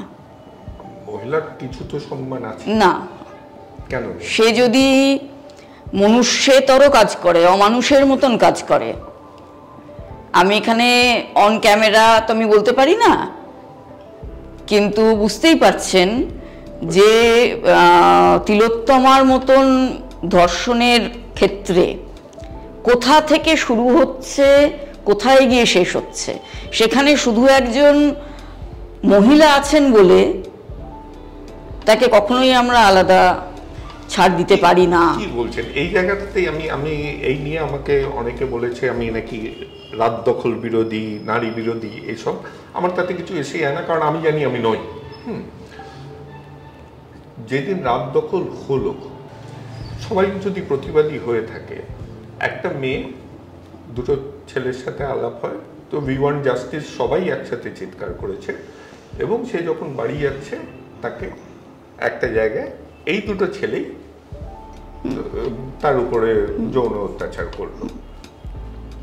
তো এর জন্য সবাই যে যারা নেমে কণ্ঠ ছুঁড়েছে, তাদের মধ্যেও আমরা বিশ্বাসগুলোই লুকিয়ে আছে। সে তো বটেই। আপনি এটা বললেন যে আমাদের শাস্ত্র, আমাদের সমাজে পিশাচকে আমরা রেকগনাইজই করি না, কারণ আমরা দুই দিকই মানুষের মধ্যে খুঁজে পাই। তো সেইখানে একজন অত বড় তো ক্ষতি করেননি, তিনি প্রতিবাদের কণ্ঠটাই, তিনি হয়তো মানে তার মধ্যে তারও একটা স্বার্থপর দরকার ছিল যে তাকেও তার মধ্যে যুক্ত হয়েছে। কারণ আমাদের অসুবিধাটা হচ্ছে কি, আমি এক জায়গায় শুনছিলাম, মানে আপনার প্রশ্নটা একটু স্পেসিফাই করুন। ওই তো বলছি যে যেই জায়গাটাতে আমরা, আপনি যাদের বিয়ে দিচ্ছেন, বিয়ের অনুষ্ঠান পরিচালনা করছি, বিয়ে দেওয়ার আমি বিয়ে দেওয়ার আপনি মানে এই জিনিসে আপনি কি তাদের ব্যাকগ্রাউন্ড চেক করেছেন? করেন যে তাদের মধ্যে সত্যি কি তারা উদার মনস্ক? একদম করি, একদম করি, নাকি শো অফ করার জন্য কাজটা করছে? একদমই করি। এবং কখনো কখনো শো অফ যেমন পাই, তেমন অধিকাংশ ক্ষেত্রে, বিশেষ করে এখন যখন আমি যেই সিঁদুর পরানোর কথাটা মাঝপথে থেমে গেল, সিঁদুর পরানো মেয়েটির স্মৃতিতে সেটাও তুলে দিয়েছি, তখন একমাত্র সেই ছেলে মেয়ে বা সেই পরিবাররাই আসছে যারা শো অফ করতে চাইছে না, যারা ভেতর থেকে বিশ্বাস করছে যে এটা অর্থহীন। এবং একেবারে প্রত্যন্ত গ্রাম থেকেও কিন্তু আসছে। হ্যাঁ, এবং সেখানে শহরের বদলে গ্রাম থেকে ডাক এলে আমি বেশি খুশি হই। অবশ্যই। হ্যাঁ, কারণ আমি মনে করি এইভাবে যারা কাজটা করছে, লড়াইটা সেখানে আমার একার থাকছে না। এ পক্ষ না থাকলে কিন্তু আমার একার লড়াই দিয়ে কিছুই হবে না। গ্রামে অনেক জেনুইন হয়, অনেক জেনুইন হয়। সুতরাং এখন অন্তত এমনকি এরম বলবো যে একটি কাশ্মীরি ছেলে আর একটি পাঞ্জাবি মেয়ে, বা ঠিক রিভার্স বলছি, ছেলেটি পাঞ্জাবি মেয়েটি কাশ্মীরি, দুজনেই বিদেশে থাকে। ওরা শুধু পেট্রিয়ার্কিয়াল রিচুয়ালগুলো মানবে না বলে গুগল সার্চ করে করে করে করে করে করে আমার খোঁজ পেয়েছে। হ্যাঁ, এবং সেখানে গিয়ে শুধু রিচুয়ালের কথা না, ছেলেটি তবু একটু সেজেছিল, মানে একটা সোনালি মতো জ্যাকেট পরেছিল। মেয়েটি নিজে যদি এসে পরিচয় না দিত, কেউ বুঝতেও পারবে না যে ও কোনে। এত সাধারণ তার সাজ। হ্যাঁ, করে কি সুন্দর করে পুরো কাজটা করলো। তো সুতরাং বহু এইরকম চিন্তার মানুষ কিন্তু আছেন। কোনোভাবে আমি একটা মুখ হয়ে গেছি মাত্র, কিন্তু এই মুখের আড়ালে এরকম অনেক চিন্তার মানুষ আছেন যারা এরকম খুঁজছেন। যারা খুঁজছেন অন্যভাবে, তারা কিন্তু আলটিমেটলি হ্যাঁ বলেও পিছিয়ে যাচ্ছেন শেষ মুহূর্তে। বাইপাসের বাঁ দিকে, মানে যে উল্টোডাঙ্গা থেকে গড়িয়ার দিকে যায়, বাইপাসের বাঁ দিকের ফ্ল্যাটে যারা থাকছে, তারাও যেমন এখন এই কলকাতায় জল জমেছে বলে ইস্ট ক্যালকাটা ওয়েটল্যান্ডস বুঝে যাচ্ছে বলে তাদের যে ফেসবুকে প্রতিবাদ করছে, সেই রকম লোক নয় তার।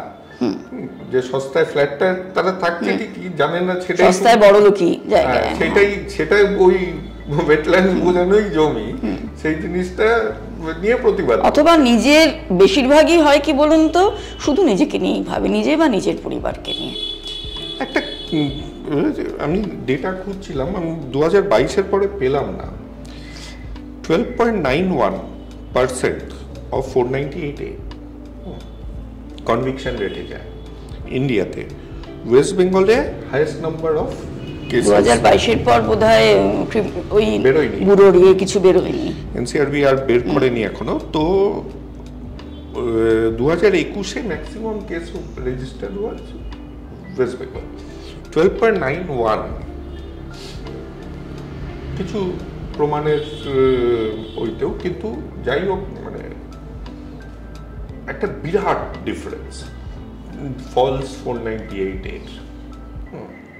এখন সেটা এর জন্য ডাইলিউট হয়ে গেছে। আপনার কথাতেই যে নারীরা এগোয়নি এখনো সমাজে, যে গ্রামের, প্রত্যন্ত গ্রামের, যারা জানেই না কি করতে হবে, শুধু কি করতে হবে না জানে না, কোনটা অত্যাচার সেটাই জানে না। হ্যাঁ, তাদের প্রোটেক্ট করার জন্য যেই আইনটা, সেটা আরবানে মিসইউজ করে আজকে কোর্ট ডাইলিউট করে দিয়েছে যে আর অ্যারেস্ট করা হবে না। 498A এসেছে না, protection of women against domestic violence.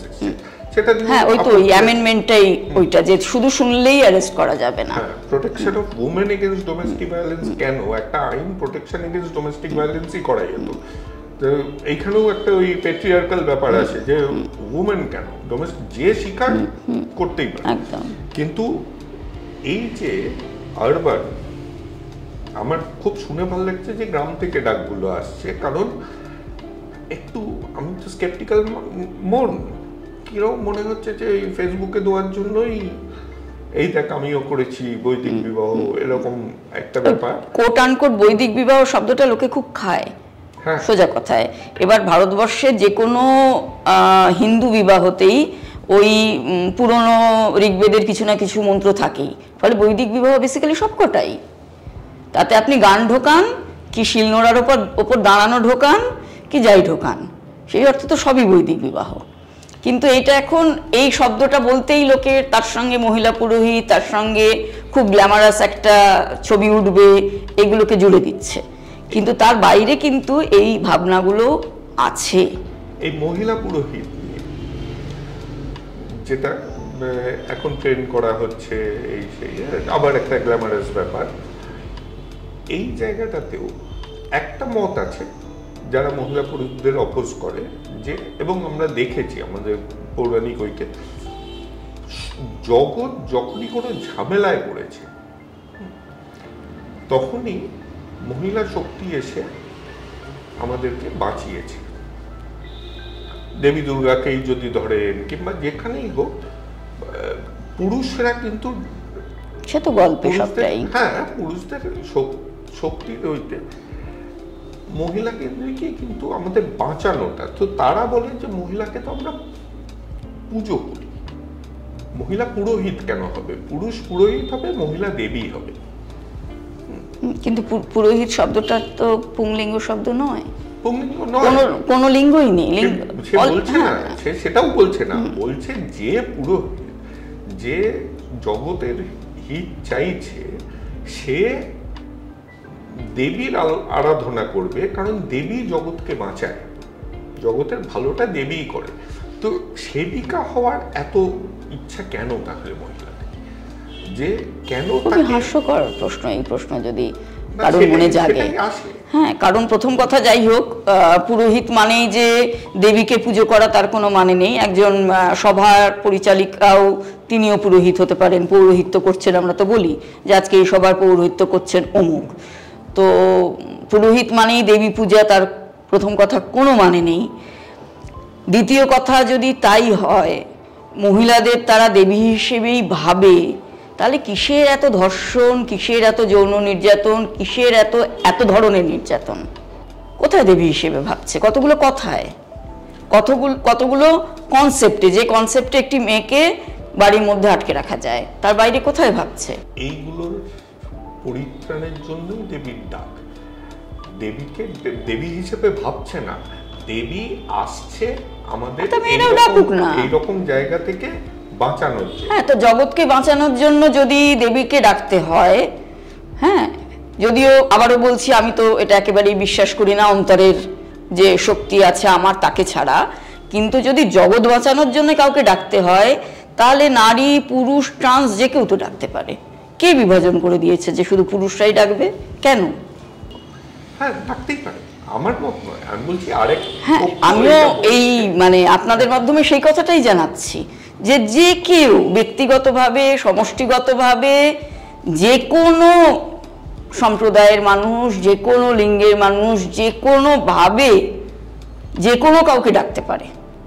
আচ্ছা, এই 8 ধরনের বিয়ে এটা কোথায়, কোন যুগ থেকে এলো? মানে কোন বেদে লেখা আছে না পুরাণে? বেদে তো বিয়ের মন্ত্রটা আছে। মন্ত্র মানে তাও সেখানে জাস্ট পরস্পরকে দেওয়া কিছু কথা, এখানে মালা বদল করতে হবে, এখানে শুভ দৃষ্টি, এখানে অগ্নি প্রদক্ষিণে, সব কিছুই নেই।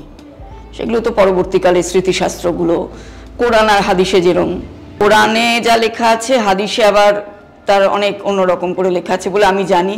মেবি আমি ভুল, সুতরাং সেটা মার্জনা করবেন ভুল বলে থাকলে। তেমন বেদ উপনিষদের সঙ্গে স্মৃতিশাস্ত্রগুলোর ওই অর্থে ঠিক যোগ নেই। বেদে কিন্তু কতগুলো পারস্পরিক কথার কথা বলা আছে, দুজন দুজনকে বলছে। সেটি নারী পুরুষ হতে পারে, দুটি মানুষ হতে পারে, চাঁদ আর সূর্য হতে পারে। মূলত চাঁদ আর সূর্যকে ধরেই কথাগুলো বলা। তো পরবর্তীকালে সেগুলোর সঙ্গেই নানান রকম রিচুয়াল যোগ হলো, তার সঙ্গে পরবর্তীকালে আরও দেশাচার লোকাচার এক এক জায়গায় এক এক রকম যোগ হলো। এবার প্রথম এটা আমি দেখতে পেয়েছি মহাভারতে, দুষ্যন্ত বলছেন শকুন্তলাকে, মনুসংহিতাতেও পেয়েছি 8 ধরনের বিয়ের কথা। কারণ দুষ্যন্ত যখন শকুন্তলাকে চাইছেন, আর শকুন্তলা, হ্যাঁ শকুন্তলা মোটেও মহাভারতের শকুন্তলায় কর্ণমুনি ধারে কাছেও ছিলেন না এবং কেউই ছিলেন না। অনসূয়া পিঙ্গদাও কালিদাসের সৃষ্টি, দুষ্যন্তকে শকুন্তলাই অভ্যর্থনা করেছিলেন।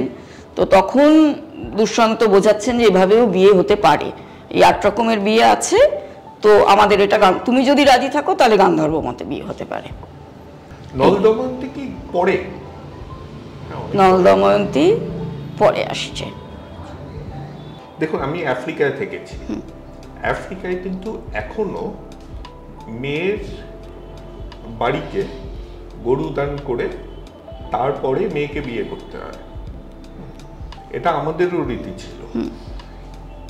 আমার খুব জানার ইচ্ছা যে ঘুরলো কিভাবে, এটা পণ প্রথায় এলো কিভাবে? মানে যেখানে ছেলের বাড়ি থেকে দিতে হতো মেয়েকে নিয়ে আসতে, সেটা হঠাৎ করে মেয়ের না, হঠাৎ করে না, সবগুলোই ছিল। যেমন পাণ্ডু মাদ্রীকে যখন বিয়ে করেছিল তখন সেটা একরকম বিবাহ ছিল, কুন্তির ক্ষেত্রে আবার স্বয়ংবর প্রথা ছিল, শকুন্তলা দুষ্যন্তের গান্ধর্ব বিবাহ ছিল, আবার মেয়ের বাড়িকেই পণ দিতে হবে সেই প্রথাও কিন্তু ছিল, আবার পৈশাচ বিবাহও ছিল। পৈশাচ বিবাহ হচ্ছে যদি একটি মেয়ে নেশাতুর অবস্থায় থাকে সেই সময় তাকে বলাৎকার করলে সেটাকে বিবাহের মতন করেই দেখা হতো। মানে একটি মেয়ে নেশাতুর অবস্থায় রয়েছে বলে তার দিকে, মানে এটার ক্ষেত্রে আমার একমাত্র এটা প্লাস পয়েন্ট মনে হয়, মানে যদিও যে ধর্ষণকারী সে বিয়ে করবে এটা কোনো সমাধানই নয়, কিন্তু অন্তত একটি মেয়ে নেশায় চুর হয়ে আছে সেইটাকে আঙুল তুলে বলা হচ্ছে না যে তুমি দেখো তুমিই দোষী, যেখানে এখন মেয়েটির পোশাককে পর্যন্ত দায়ী করা হয়। তো এরম করতে করতে একটা সময় এই জায়গাটাতেই এসে ঠেকলো। এইটাতে আসি আপনার একটা ক্রিটিসিজমে, জাস্ট আপনি আবার লিস্ট করে এসছি, পরপর জিজ্ঞাসা করবো করে করা হচ্ছে না। বিবেকানন্দ বলেছিলেন যে বিধবা বিবাহ করানোর আগে যেন বিধবা, আজকে ডিভোর্সিও ধরে নিচ্ছি, যে একটা বিয়ে হয়েছে তাদের দ্বিতীয়বার বিয়ে দেওয়ার আগে যারা কুমারী তাদের অগ্রাধিকার দেওয়া হোক। আপনার সেটাতে আপত্তি আছে।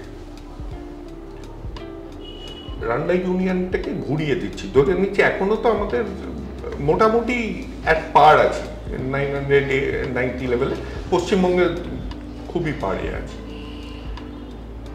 একজন মহিলা যদি মাল্টিপল বিয়ে করে তাহলে কোথাও গিয়ে একজন মহিলা বিয়ে হবে না, হওয়ার কোনো প্রয়োজনীয়তা নেই, কিন্তু সে যদি করতে চায় তাও করতে পারবে না, কারণ অঙ্কর হিসেবে তো তারও তো যৌনতার তাগিদ থাকবে।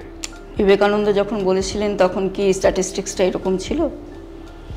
আমি আজকে আপনি না, বিবেকানন্দ যখন বলেছিলেন, আমার আপত্তি আছে, কারণ আপনি সবকিছু মডার্নে নিয়ে এসেছেন। হ্যাঁ, বিবেকানন্দ মোটেও সবকিছু মডার্নে নিয়ে আসেনি, যেগুলো খারাপ সেগুলোকে বাদ দিচ্ছি।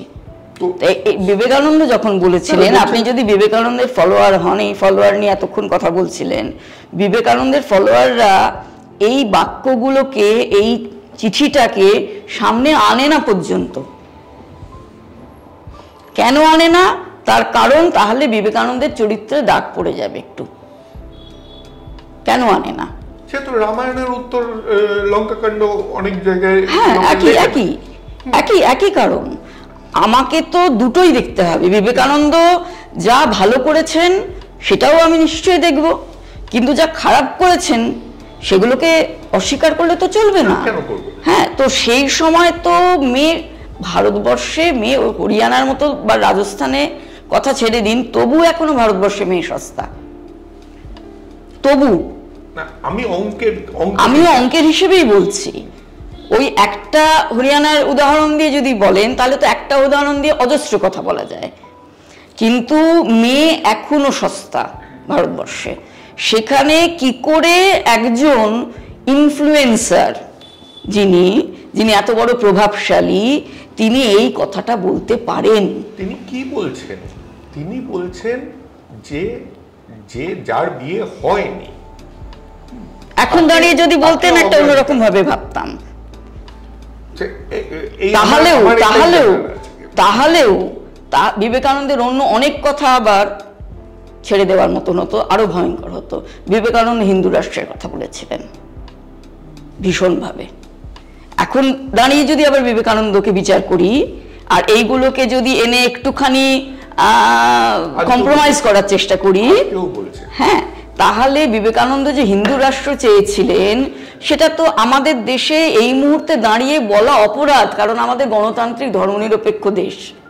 আজকে বলা হচ্ছে কি হিন্দু রাষ্ট্র বলা হচ্ছে, তো অপরাধ হওয়া উচিত এটা সাংবিধানিক মতে, কিন্তু হচ্ছে না। তো যার কাছে জোর তার কাছে সবকিছু। ভয়ঙ্কর কথা, সেটা তো ভয়ঙ্কর কথা, এবং বিবেকানন্দ সেই ভয়ঙ্কর দিকে কথা বলেছেন। 40% সেদিকে ভোট দিচ্ছে, অন্যরা বিভক্ত। তাহলে তো আজকে কার জন্মদিন? বিদ্যাসাগরের ঈশ্বরচন্দ্র।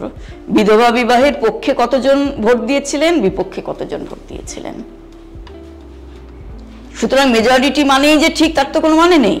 তাহলে বিবেকানন্দকে যদি আজকের দিনে দাঁড়িয়ে আবার বিচার করি, তাহলে এই দিক দিয়ে তো বিবেকানন্দ এখন আরো মস্ত বড় অপরাধী হয়ে যায় সংবিধানের দিক দিয়ে। হ্যাঁ, যে দিক দিয়ে বলুন না কেন, আমরা হিন্দু রাষ্ট্র হতে চাই না। আমরা এদিকে বলছি হিন্দু এত উদার ধর্ম, সবাইকে আপন করে নেয়, ওদিকে বলছি হিন্দু রাষ্ট্র হব। আমি সেদিন শুনছিলাম একজন নাম নিতে পারবো না, আবার ইউটিউবে সব নাম নিলে অনেক রকম সমস্যা হয়। সে বলছে যে আমাদের যে ইউনিটি ইন ডাইভার্সিটি যেটা বলি, সেটাতে আমাদের ইউনিটিটাকেও ডিফাইন করতে হবে, কারণ আমাদের ইউনিটিটা ডাইভার্স। আমি আপনি ইউনিফাইড, কিন্তু তার মধ্যেও আমি পুরুষ আপনি নারী, আমি আমার একটা জাত আছে আপনার একটা জাত আছে, এরকম করতে করতে বলছে এর জন্য সংরক্ষণের যেগুলো, তাতে এলিট সংরক্ষণের ক্লাস আর ব্যাকওয়ার্ড সংরক্ষণের ক্লাস, এইরকম একটা ডিফাইন করার প্রয়োজন হয়েছে। কারণ অনেকেই খুব উঁচুতে উঠে গেছে কিন্তু তারা সংরক্ষণ এখনো পেয়ে গেছে। সেই জায়গাটাতে আমিও খানিকটা সহমত যে যারা একেবারেই সত্যি এখনো পিছিয়ে পড়া, তাদের কাছে সত্যি সত্যি সংরক্ষণের সুবিধাগুলো কতটা পৌঁছচ্ছে এটা অবশ্যই দেখা উচিত। এবং জেনারেল হয়েছে বলেই যে সে বিরাট অপরাধ করে ফেলেছে এমনটাও নয়। সে যদি সত্যি দরিদ্র হয় এবং তার পড়াশোনার ইচ্ছা থাকে অথচ শুধুমাত্র অর্থাভাবে পড়াশোনা করতে না পারে, তাদের কথাও ভাবা উচিত। আমি সাধারণত সোশ্যাল মিডিয়া পার্সোনাল কথা বলি না, তবে একটা জিনিস বলে, নিজের বড়াই করার সুযোগ কে ছাড়বে। আমি কিন্তু ব্রাহ্মণ, আমার ছেলেকে কিন্তু আমি উপনয়ন করাই, কারণ আমি ওই জন্ম রাইটকে বিশ্বাস করি না। ও যদি ব্রাহ্মণত্ব, ওকে বলা আছে ব্রাহ্মণত্ব মানে কি, সেইগুলো যদি ও পালন করে তাহলে সে নিজের উপনয়ন যবে আমাকে বলবে আমি করিয়ে দেবো। কিন্তু উপনয়ন মানে তো স্কুলে অ্যাডমিশন, স্কুল তো পাস করে গেছে, উপনয়ন ওর হয়ে গেছে না। উপনয়ন মানে হচ্ছে কিছু ব্রহ্মচর্য, যেই জিনিসগুলো, একটা সবচেয়ে বড় হচ্ছে সেলফ কন্ট্রোল। সেটা তো উপনয়ন না হলেও আপনি করাতে পারেন বা করাচ্ছেন। যেভাবে ও আপনার বকুনি শুনে বাধ্য হয়ে কাজ করছে, তাতে তো আমার মনে হয় উপনয়ন হয়ে গেছে। কিন্তু ওই যে বললেন যে প্রশংসা করতে হয়, ওটা আমি এটা এডিট করবেন না কিন্তু, হ্যাঁ এটা থাকবে। স্ট্যাম্প পড়াটাও তো জরুরি না, একদম না। সেটা কেন স্ট্যাম্প পড়াতে চাইছেন? বলছি আমাদের আগে যেটা ছিল, আপনারই অন্য এপিসোডে আপনি এটা বলেছেন, একজন দলিতের সন্তান ব্রাহ্মণ হতে পারে, তার উপনয়ন হতে পারে, তেমনি একটা ব্রাহ্মণের সন্তানও পিশাচ হতে পারে। হ্যাঁ, সেই উদাহরণ ছিল, কিন্তু আমি বলেছি সঙ্গে এইটা যে এই মুহূর্তে দাঁড়িয়ে উপনয়ন ব্যাপারটা কি ছিল, যে গুরুর কাছে আমি শিক্ষার কারণে উপনীত হচ্ছি এবং আমার নতুন করে একটা জন্ম হচ্ছে, দ্বিজত্ব লাভ করছি। কারণ এতদিন যা মা বাবার কাছে শিখে এসেছি তার পরিবর্তে এখন আমাকে এই স্কুল সিস্টেম যা শেখাবে সেইটা আমি শিখবো। তো এখন যেই মুহূর্তে আমি অ্যাডমিশন নিচ্ছি কোনো স্কুলে, সেই মুহূর্তেই তো আমার উপনয়ন হয়ে যাচ্ছে সবার সমানভাবে। তাহলে আমি কেন আলাদা করে আদৌ বলবো আমি ব্রাহ্মণ? ঠিক, এখন ওর সেটা সম্পূর্ণ অর্থহীন যে আমি ব্রাহ্মণ। বিগ বস দেখেন? আমি, আমাদের বাড়িতে টিভি নেই। জানেন বিগ বস? হ্যাঁ জানি। তো এই ভয়েরিজম, যেটাতে বাংলা শব্দটা বেশ সুন্দর, ইক্ষণকামিতা, এটা নিয়ে আবার একটা কমিটি হইতে জিজ্ঞাসা করেছিল বলে দুজনকে নির্বাসন করে দিয়েছিল। তাও করি, মানে যার মানে হচ্ছে অশুদ্ধভাবে অশ্লীল দর্শকত্ব।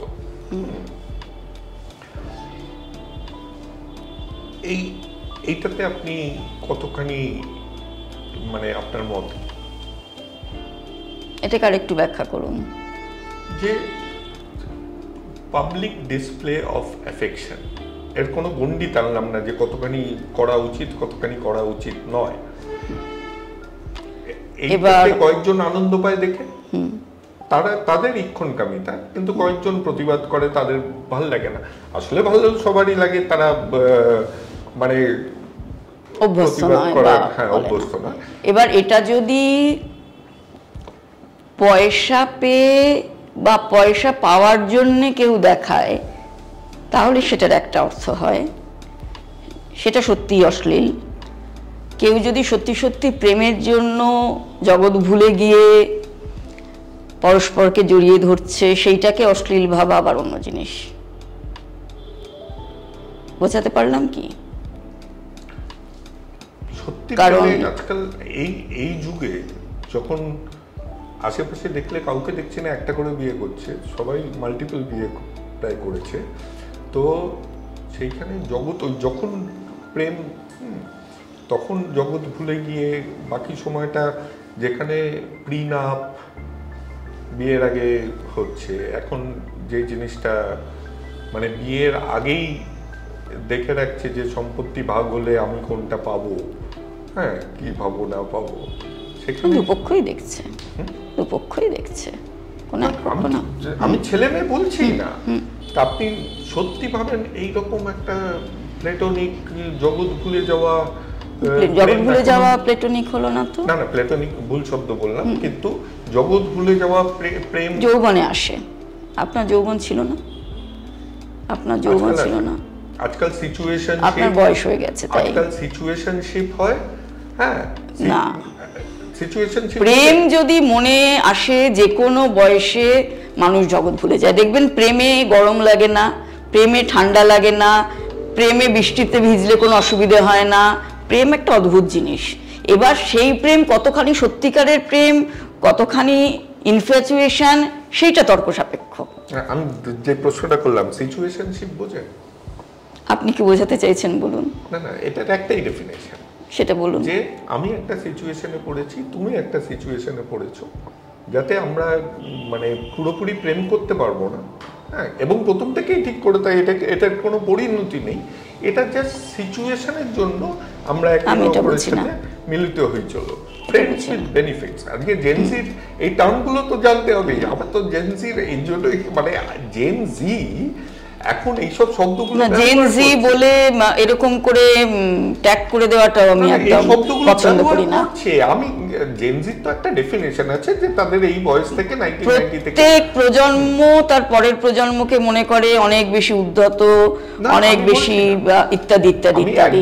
আমাদের সময় কেমন ভালো ছিল, আমরা কখনো মা বাবার সঙ্গে এরকম ভাবে কথা বলিনি, এরকম মনে করি, কিন্তু সেটা প্রত্যেক প্রজন্মে আছে। এখন একটু একটু তাড়াতাড়ি হচ্ছে এই পর্যন্ত। আমি একদম এটা মানি না। আমি কিন্তু দুজনের ডিফারেন্সও অগ্রাহ্য করার তো নেই, কারণ তারা অন্য, আমি সেটা আলাদা, সেটা আলাদা। তাদের জেনারেশনে এখন সিচুয়েশনশিপ আছে। আপনি যখন বললেন না যে আপনি প্রেমে পড়েননি, আমি পড়েছি। না না, প্রেমে পড়েননি না এই মুহূর্তে, তাহলে আপনি সেটা বুঝছেন না, এটা বলতে চেয়েছি। এখন সেই প্রেমটা যেখানে সিচুয়েশনশিপ আগে থেকে কন্ট্রাক্ট করছে যে এটা কিন্তু সিচুয়েশনের জন্য, হ্যাঁ, যেখানে ফ্রেন্ড, তাহলে সেটা ওদের নিজস্ব মতামত। এখন সেই মতামতকে একটু স্বাধীনতা বা গুরুত্ব আমাদের দিতেই হবে, অবশ্যই দিতে হবে। তাতে আমি কেন বললাম যে আপনি বলছেন জগৎ ভুলে গেছে, আজকাল এরা এত র্যাশনাল যে জগৎ ভুলে গেছে সেই মুহূর্তটার জন্য। পুরোপুরি জগৎ কেউ ভুলে না, কখনো, কোনোদিনই না, সে সন্ন্যাসীও ভুলে না। তাহলে স্বাধীন আমরা কিছুটা তো বটেই। এবার কতটা সেই স্বাধীনতা আমি প্রয়োগ করব, তাতে কতটা বৃহত্তর ক্ষতি হতে পারে, সেই ভাবনাটাও ভাবা দরকার। তাহলে পাবলিক ডিসপ্লে যখন হবে তখন পাবলিকেরও একটু মতবাদ থাকা উচিত। মতবাদ থাকা উচিত এইভাবে, ঠিক যেরকম বলা হয় ফেসবুকে তুমি একটা পোস্ট পাবলিক করেছো, তোমার পছন্দ না হলে তুমি এড়িয়ে যাও। এড়িয়ে যাওয়াটা মতবাদ নয়, আমি বলবো আমার পছন্দ নয়, অথবা পছন্দ নয় বলো, কিন্তু তোমাকে কি এই অধিকার দেওয়া হয়েছে যে তুমি অন্যের পোস্ট ডিলিট করে দিতে পারছো? অন্যের পোস্ট কিভাবে ডিলিট করবে? করা যায় না তো? না, রিপোর্ট করতে পারে। রিপোর্ট করতে পারে, তাই তো, ডিলিট তো করতে পারে না। তাহলে আমরাও এটা নিয়ে তাদেরকে একেবারে উচ্ছন্নে গেছে এরকম বলে দিতে পারি না, কিন্তু পারি না। হ্যাঁ, মতামত দিতে পারি, আমি আমার মত দিতে পারি, জাজমেন্ট অ্যাবসলিউটলি সব সময়, সেটাই বলছি। সেটা তো সহজ কথা। যে কোনো বিষয় যে কোনো সময় যে কেউ তার নিজের মতামত জানাতে পারে। তৈরি হয়েছে না এই নিউ জেনারেশন নিয়ে, এইটা চিরকালীন আমি বলতে চাইছি। এবার এখন একটু দ্রুত পরিবর্তন হচ্ছে, আমাদের মানাতে একটু অসুবিধে হচ্ছে। কিন্তু ওদেরকে যদি বোঝার চেষ্টা করি, এখন কিন্তু বোঝার চেষ্টা করাটাও দিন দিন কমে যাচ্ছে। দুই পক্ষ। আমি ছোটদের কখনো দোষ দেব না, বড়দের সবসময় এগিয়ে আসতে হবে বেশি। না, বড়দের সবসময় এগিয়ে আসতে হবে বেশি, তবেই ছোটরা ঠিক এগিয়ে আসবে। বড় যদি দেখে যে পড়ছে, তাহলে বড় বলবে না ওখানে যাস না, পড়ে যেতে পারিস? না, বড় সাবধান করে দিতে পারে, ওখানে যাস না বলতে পারে না। তাকে দরকার হলে পড়তে দেওয়া হোক, সে পড়ে উঠুক। ওঠে না তো, যদি না ওঠে উঠবে না, কিন্তু আপনি জেনে রাখবেন যে আপনি যদি শৈশবে ঠিক মতন পেরেন্টিং, সেই শব্দটায় আবার ফিরলাম, মা এবং বাবা যদি নিজেরা ঠিক হন, ঠিক মতো পরিবেশ দিতে পারেন, তাহলে যত গর্ততেই পড়ুক না কেন সে কিন্তু উঠে দাঁড়াবে একটা সময়। আপনারই কোট, ভালো মন্দ আমাদের শিখিয়ে দেওয়া হয়, সেটাই তো পেরেন্টিং। হ্যাঁ, সেটা তো আমি মানছি না, এই জ্ঞানটা দেওয়াটাই তো পেরেন্টিং। না, ভালো মন্দ শিখিয়ে দেওয়াটা পেরেন্টিং নয়, দুটোকে চিনতে শেখানো পেরেন্টিং। কিন্তু এটা ভালো এটা মন্দ এইভাবে নয়। আমি এক্সাম্পল দিয়ে বলছি, আমাদের বাড়িতে ছোটবেলায় টিভি ছিল না, মাঝখানে এসেছিল আবার চলে গেছে। আমি অন্যের বাড়িতে সিনেমা দেখতে যেতাম, ফিরে এলে মা বলতো, আজকে কি সিনেমা দেখলি, গল্পটা কি? আমি বললাম। পরের দিন আরেকটা সিনেমা দেখে এলাম, গল্পটা কি? মা এবার জিজ্ঞেস করলেন, কোন গল্পটা বেশি ভালো লাগলো তোর? কেন? আমি কিন্তু তুল্যমূল্য বিচার করতে শিখে যাচ্ছি। কিন্তু মা যদি আমাকে বলে দিত যে এটা বাজে, এটা দেখবি না, এটা ভালো, এটাই দেখতে যা, আমি ঠিক উল্টো করতাম হয়তো।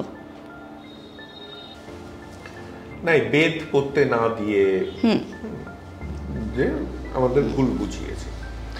দেখুন, আমার একটাই প্রশ্ন, এটা আমি সবসময় জিজ্ঞাসা করি, যে আমরা যখন বরুণ গ্রোভার বলে একজন আছে, তো ওর বাংলা শিখছে, এক জায়গায় শুনলাম রবীন্দ্রনাথের কবিতা অনুবাদ করেছেন, তো ওটা ও পড়েছে, বলেছে পড়ে আমি দেখছি এত বড় লোক যখন করেছে আমি 30% রবীন্দ্রনাথকে বুঝতে পারছি, এর জন্য বাংলা শিখতে শুরু করেছে। বলছে আর হতো তাই, রবীন্দ্রনাথকে পড়ার জন্যই বাংলা শিখেছিলেন। কিন্তু অনুবাদটা যেহেতু পড়েছে, বলছে অনুবাদ কখনো 30% বেশি হতে পারে না। তো আমরা যারা অনুবাদ পড়ি, কারণ অনুবাদের মধ্যে সবসময় যে অনুবাদ করছে তার মতটা চলে আসে কিছুটা। তো আমরা যদি সংস্কৃত না শিখি, তাহলে কি সত্যি অনুবাদ পড়ে আমরা সেই যুগে কি বলতে চেয়েছিল, কে বলতে চেয়েছিল, কারণ বেদেও অনেক কিছু মহিলারাই লিখে গেছেন, তো সেই জিনিসগুলো কি আমরা ধরতে পারবো? 30%-এর হিসেবটা আবার বলছি আপেক্ষিক, অতটাও হয়তো নয়, কিন্তু কিছু কিছু শব্দ নিয়ে তর্ক বিতর্ক হয় বই কি, এবং সেই জন্য আলাদা অভিধানও আছে যে এক একটা শব্দের অর্থ কিভাবে কিভাবে পাল্টেছে, মানে সংস্কৃত অভিধানই আছে, হ্যাঁ, শব্দকোষ ওরকম আছে যে এখানের এটার এই অর্থ বলা হয়েছে, এটার এই অর্থ হয়েছে। আমাদের বাংলাতেও তো সংকীর্ণ অর্থ, ব্যাপক অর্থ, এই নিয়ে কত কথা আছে। যেমন অন্ন মানে আগে ছিল যে কোনো খাবার, এখন হয়ে গেছে মানে ভাত, শুধুই ভাত। এটা তো সর্বত্র যে কোনো ভাষার ক্ষেত্রেই হতে পারে, কিন্তু অনুবাদ দিয়ে ভাবটুকুও বোঝা যায় না সবসময়, এমনটা নয়। তবে হ্যাঁ, নিঃসন্দেহে যে কোনো জিনিস তার নিজের মানে তাই নিয়ে যদি বিশেষ করে গবেষণা করতে হয়, তাহলে সেই ভাষাতে পড়তে পারলে সব থেকে ভালো। কিন্তু যদি সেটা সম্ভব না হয়, তখন তো তার অনুবাদে না গেলে আমি কিছুই জানতে পারবো না। সেটাই, রাবণ এত জ্ঞানী মানুষ, মানে অপরাধ চিন্তাধারা নিয়ে যদি আপনার গবেষণা থেকে থাকে, মানে যেটা ছিল তখনকার যুগের,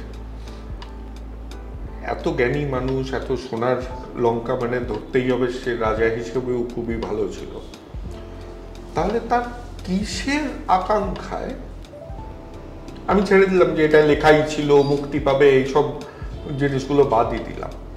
কিসের আকাঙ্ক্ষায় তাকে এত নিচে নামতে হলো?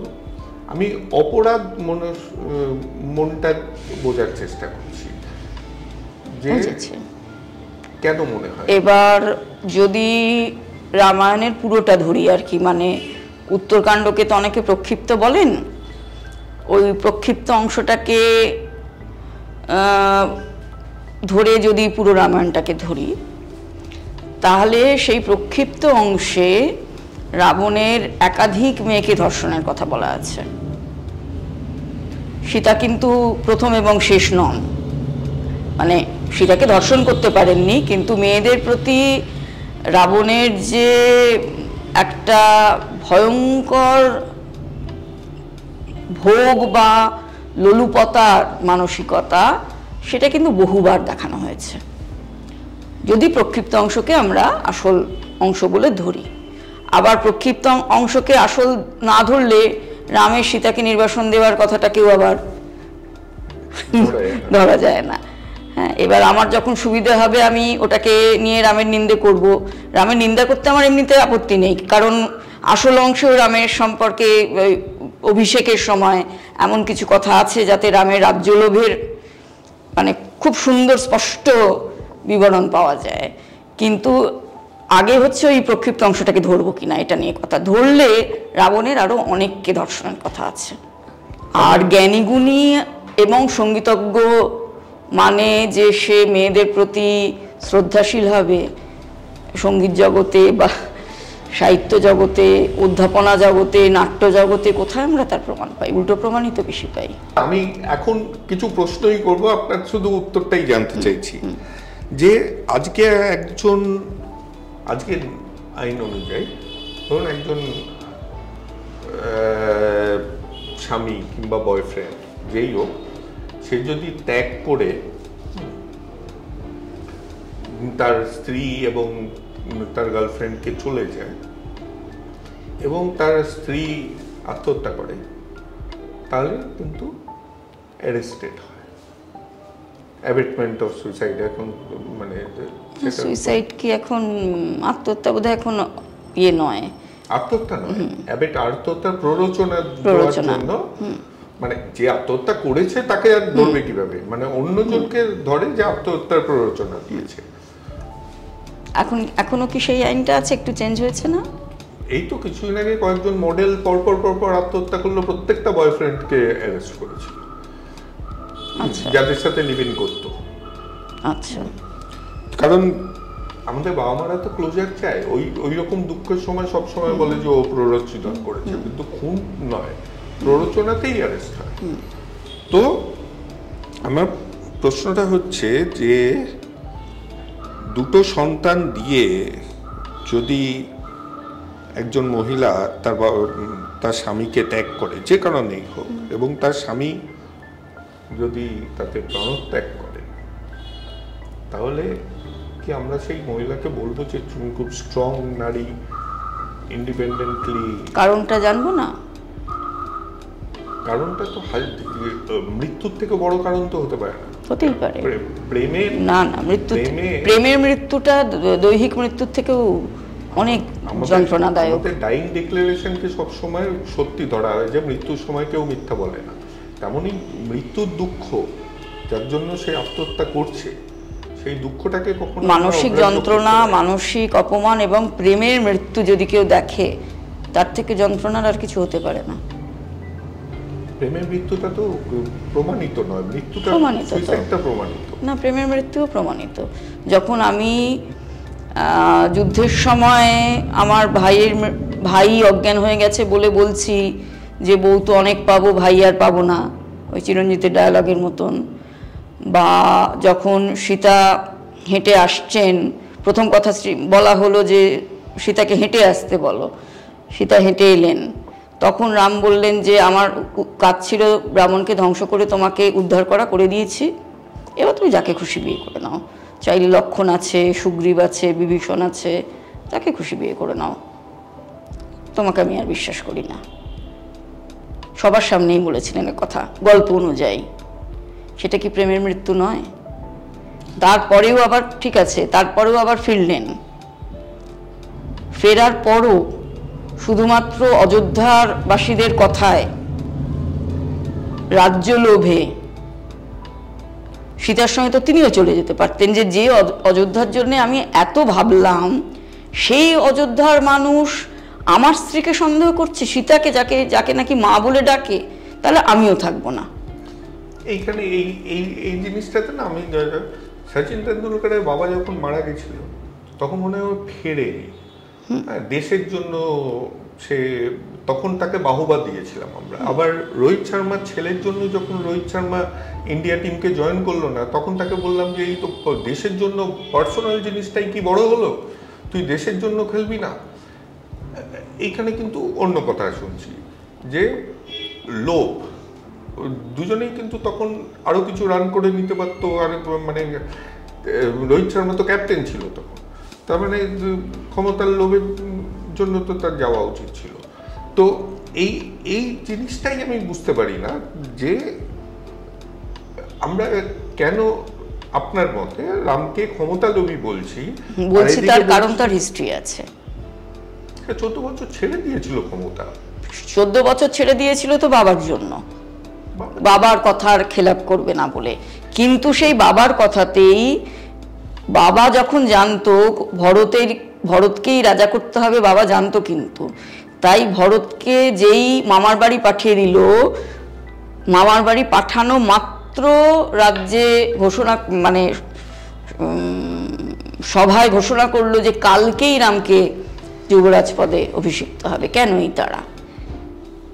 এটার একটা গল্প আছে, আমি আপনিও জেনে থাকেন, যে অন্ধমুনি যখন অভিশাপটা দিয়েছিল তখন বলেছিল যে তুমি পুত্র শোক পাবে। পুত্র শোক মানে পুত্রের মৃত্যু। রাম দশরথের সবচেয়ে বেশি, মানে যে পুত্রের মৃত্যুতে মানে দশরথ মরতে পারে সেটা রাম। বেশ, তখন কইকেয়ী রামকে প্রচন্ড ভালোবাসতো, আগেও দেখা গেছে। তখন মন্থরা তাকে বলেছিল যে পুত্র শোক মানে হচ্ছে শুধু মৃত্যু নয়, সে চলে গেলেও, বাবাকে ছেড়ে চলে গেলেও কিন্তু দশরথ সেই রকমই শোক পাবে। তখন কইকেয়ী রামকে বাঁচাতে গিয়ে, কারণ রাম যদি থাকতো তাহলে রামের মৃত্যু অনিবার্য ছিল ওই অভিশাপটার জন্য। রাম চলে যাওয়ার জন্য দশরথের মৃত্যু হলো, কারণ দশরথের তখন আর কিছু করার নেই। কইকেয়ী কিন্তু খুব কুটিল মহিলা ছিলেন এবং রাজত্বটাও খুব ভালোভাবে, কারণ উনি দশরথের সারথি হয়ে যুদ্ধ জয় করিয়েছিলেন। যে রামকে তখন উনি বনবাসে যাওয়াটা ওয়াজ আ সেট আপ রামকে বাঁচানোর জন্য। এই ব্যাখ্যাটা কোথাও শুনিনি, এই প্রথম শুনলাম।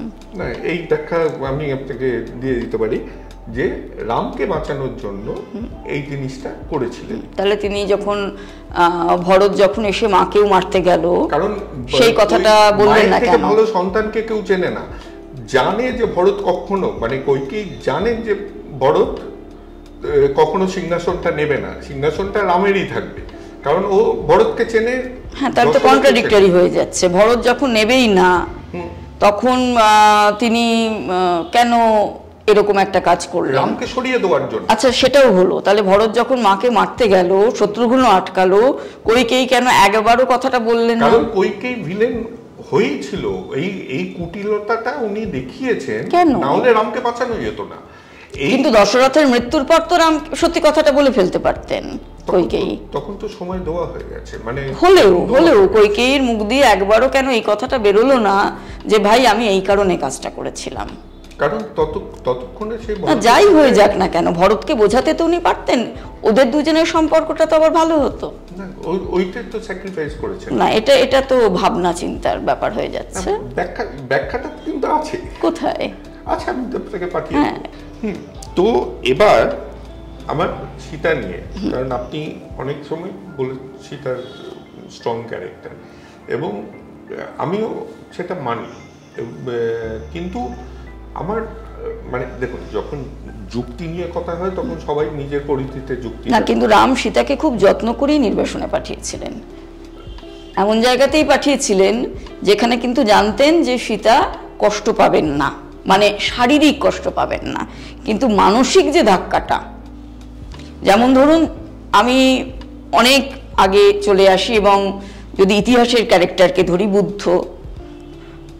বুদ্ধ আর যশোধরায় কিন্তু আলোচনা হতো রীতিমতো এই নিয়ে, কিন্তু বুদ্ধ হঠাৎ একদিন না বলে চলে গেলেন, মানে সিদ্ধার্থ।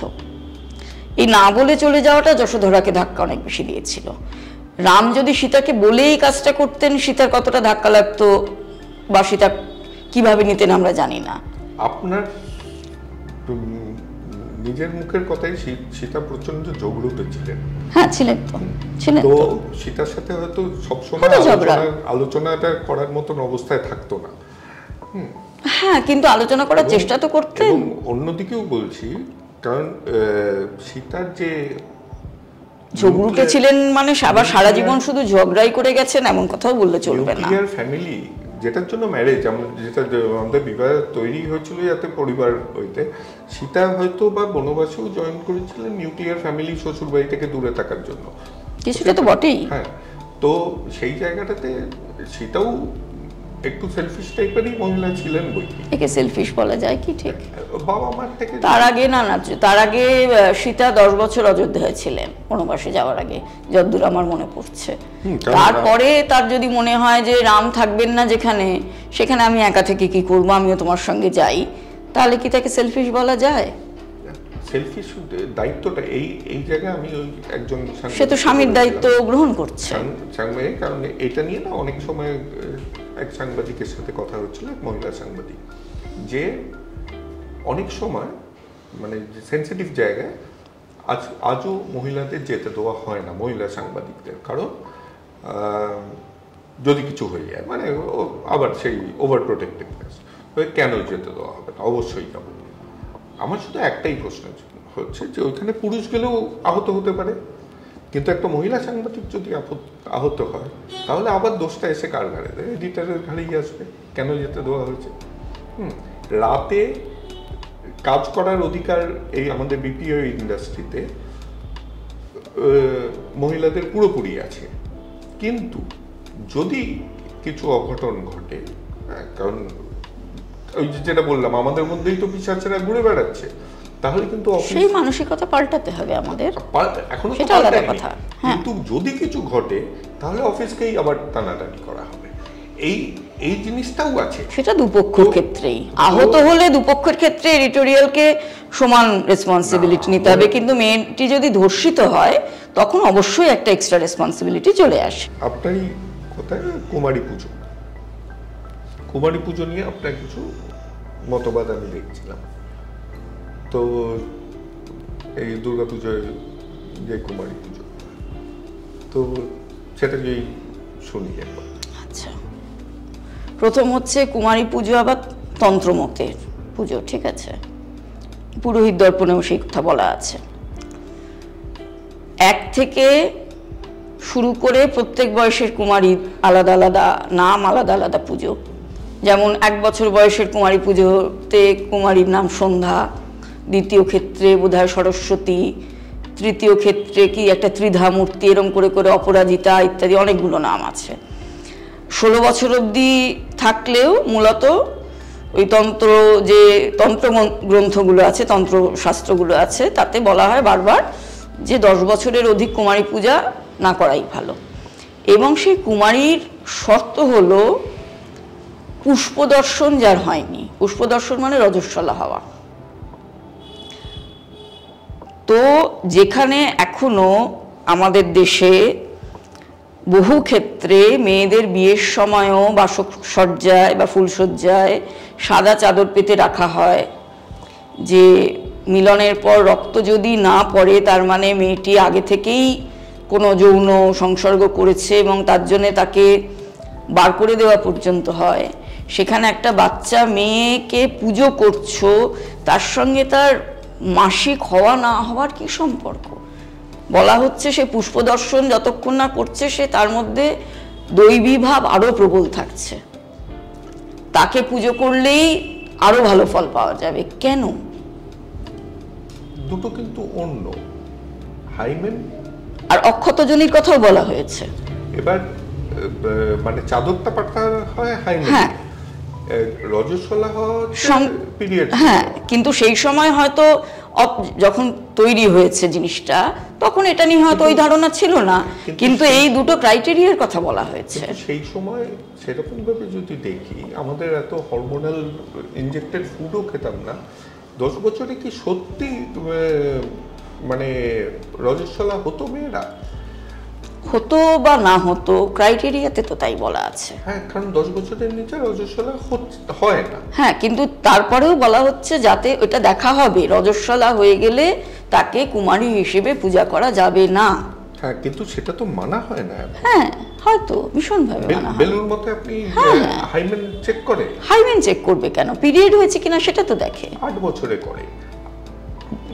আমার নিজের 9 বছর বয়সে পিরিয়ড হয়েছিল,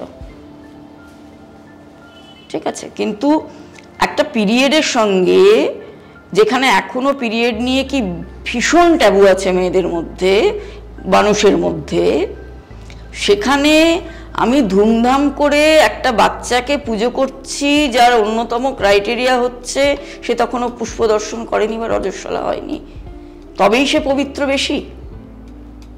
আপনার ওই পডকাস্টটা বারবার করে চোখের সামনে ভেসে ওঠে, মানে কি আমি আপনি মানে অবশ্যই সত্যি বলবেন। আপনি বলুন যে একজন মহিলা বলছেন ওনার নাকি খুব রাগ হতো যে কেন কালো প্যাকেট করে তাকে প্যাডগুলো দেওয়া হয়, সে প্যাকেটটা খুলে ফেলে দিত রাস্তায়। কেন না, তার মানে কি লজ্জাটা তো আমরাও পেতাম। এক্স্যাক্টলি, তাহলে সে বলছে আমার কি রাগ হতো যে ওষুধের দোকানে কেন আমাকে মুড়িয়ে দেওয়া হয়, খুলে নে। মানে এই যে একটা অদ্ভুত রেঞ্জের না, সেটা হচ্ছে খুলে নেওয়ার ইচ্ছা থাকলেও এই প্যাডম্যান সিনেমাটা তৈরি হওয়ার আগে আমাদের মধ্যেও অনেক লজ্জা ছিল। তাহলে রাগ হতো না, লজ্জাটাও ছিল। হ্যাঁ, ছিল। হ্যাঁ, এই যে বলছে যে আমাকে বাধ্য করা হতো ওইটা প্যাডটা মোড়ানো নেওয়াটা হয়তো বাধ্য করতো, কিন্তু বাড়ি যদি ইচ্ছাই থাকতো তাহলে প্রতিটা মুহূর্তে কত কথা শুনতে হতো তার ঠিক নেই। এখনো পর্যন্ত আমরা পিরিয়ডের রক্ত লেগে গেলে আমরা সেটা লোকানোর চেষ্টা করি, মানে অল্প বয়সী মেয়েরা। এখন আমি হয়তো এই বয়সে লোকানোর চেষ্টা করব না। আমার অভিজ্ঞতা আমি আপনাকে বলি, আমার অফিসে দুটো মেয়ে এসে আমাকে বললো যে আমাদের আলাদা বাথরুম চাই। আমার ছোট অফিস তো, একটাই বাথরুম তারা যায়। কেন বাথরুম তো আমি ভাড়া জায়গায় বাথরুম বানাবো কীভাবে, মানে প্রবলেমটা বলবো, কিছুতেই বলবে না। তো তারপর জিজ্ঞাসা করতে বললো আমার যখন পিরিয়ড হয় আমি কীভাবে ডিসপোজ করবো। আমি বললাম তাহলে প্রবলেম যদি ওটা হয় তাহলে ছেলেটারও প্রবলেম, যে পরিষ্কার করে, কারণ সেও তো একটা মেয়ের ইউজড প্যাড ফেলতে হচ্ছে তাকে, তারও হতে পারে।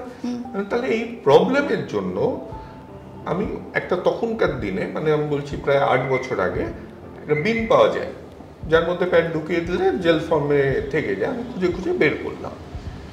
আমার আনন্দটা সেদিন হলো যেদিন ছুটি চাইলো একটা মেয়ে, যে I am having menstrual cramps বলে, আমার পেট ব্যথা বলে বলেনি। তো এই পরিবেশটা খুব জরুরি, তৈরি করাটা জরুরি। এই পরিবেশটা কিন্তু মহিলারাও তৈরি করে না। তো ওই যে পিতৃতান্ত্রিকতার বাহক তো মেয়েরাই বেশি সফল করছে, মেয়েরা বেশি। দুঃখের সঙ্গে এটা বলতে বাধ্য হই যে এটা মামাসি নয়, কিন্তু যে মেয়েটার সেও বলতে চায় না। সে বলে আমার পেট ব্যথা করছে। আমার একজন এসে আমাকে বললো আমার পেট ব্যথা করছে, আমি তো খুব চিন্তিত হয়ে পড়লাম। শুনুন, সুন্দরবনে আমরা মেডিকেল চেক আপের জন্য টিম নিয়ে গেছি, বয়স্ক মহিলা ডাক্তারকে নিয়ে গেছি। সেইখানেও বয়স্ক মহিলারা তাদের ভ্যাজাইনাল যে সমস্যাগুলো সেগুলো নিয়ে মুখ খুলছেন না। দীর্ঘ যুগের লজ্জা। সেটা তো অশিক্ষার অনেকখানি, কিন্তু না, শিক্ষারও সে মোবাইল অ্যাপ বানায়, শিক্ষা মানে কি আমার পেট ব্যথা করছে, আমি তাকে ইনো দেওয়ার চেষ্টা করছি। তখন যে আমার স্ত্রীকে ফোন করেছে, সে আমাকে ফোন করে বলছে আরে মেয়েরা পেট ব্যথা করলে তোমাকে ছেড়ে দিতে হয় জানো না, তুমি কিরকম লোক। আমি কেন, তো পিরিয়ড শুরু হয়েছে। বলতে অসুবিধা কি, মানে আমাদেরও মাঝে মাঝে অসুবিধা হয় এটা বুঝতে, যে বলছে না কেন। শুনুন না, এই যে মেয়েদের পিরিয়ড হয়, যৌনতা প্রাপ্ত হওয়ার পর ছেলেদেরও প্রায় মর্নিং ফল হয়। এই মর্নিং ফল নিয়ে কজন আলোচনা করে না তো। কিন্তু মেয়েদের ব্যাপারটা নিয়ে যত আলোচনা যত লুকোচুরি দুটোই। এটাও কিন্তু বিরাট অসুস্থতা হিসেবে ধরা হয়। হ্যাঁ, আজকে কেউ আলোচনা করে না না, কিন্তু সেটাই আমি বলছি, ছেলেদের কোনো এই ব্যাপারগুলো নিয়ে আলোচনার মধ্যেই আনা হয় না। ছেলেরা সদা পবিত্র, আর মেয়েদের নিয়ে যত কিছু আলোচনাও হয়, আবার যত ঢাকা ঢুকিয়ে দেওয়া হয়। এই জায়গাগুলোর উপায় কি বলুন তো? ছেলে হিসেবে আমি আপনাকে বলতে পারি বিরাট লজ্জার ব্যাপার। হ্যাঁ, জানি তো, পবিত্র নয় না, সেটা তো সমাজ বলছে। বাড়িতে, সমাজে তো বেরোতে হয় না, আমাদের নিজের বাড়িতে লজ্জার বিষয় হয়ে যায়। কিন্তু এটা মানে একটু সমাধানের কথায় আসি। এতক্ষণ তো এত অন্যান্য আলোচনা হলো, এই সমাধানের আমার একটা মানে প্রধান পদক্ষেপ বলে নেওয়া উচিত বলে আমি মনে করি, সেটা হচ্ছে একেবারে প্রথম থেকে কো-এডুকেশন, সহশিক্ষা। যাবতীয় যা কিছু কথা হবে সবার সামনে কথা হোক। লুকিয়ে লুকিয়ে লুকিয়ে লুকিয়ে বড্ড বেশি আমাদের মুশকিল হয়ে গেছে। কি বলছেন আপনি? এই যে মানে নারীর উপরে নির্যাতনের একটা তো বড় শুনলাম যে ছেলে মেয়েদের আলাদা পৃথক ভাবে গার্লস কলেজ, মেয়েদের কলেজে কেন পুরুষ টিচার থাকবে, এই নিয়ে আন্দোলন হচ্ছে। আপনি বলছেন নারী মেয়ে ছেলে একসাথে, ছেলে মেয়ে হয়ে ওঠার আগে বাচ্চা থাকে মানে না কেউ। তাহলে ওই যে আপনি বলছেন পরিবেশ তৈরি করতে হবে, যারা আন্দোলন করছে তারাই মানে পরিবেশ তৈরি করতে হবে প্রথম থেকে। কোয়েড হলে, এবং সেই কোয়েডের মধ্যে আবারও বলছি ট্রান্সরাও থাকবে, কিন্তু যদি ওই বয়সে ট্রান্সরা নিজেরাও হয়তো জানে না যে তারা কোন দিকে ওরিয়েন্টেশন যাচ্ছে, কিন্তু যতক্ষণ না প্রথম থেকে সবাই একসঙ্গে সবকিছু আমরা শিখব, ততদিন পর্যন্ত কিন্তু কিছুই এগোবে না। কিন্তু আমাদের যারা নিয়ম তৈরি করছে এবং যারা বলছে যে এইগুলো চলে যাওয়া উচিত, তারা যা প্রতিকার দিচ্ছে তাতে আরো বেশি বিভাজন তৈরি। মুশকিল তো এটাই।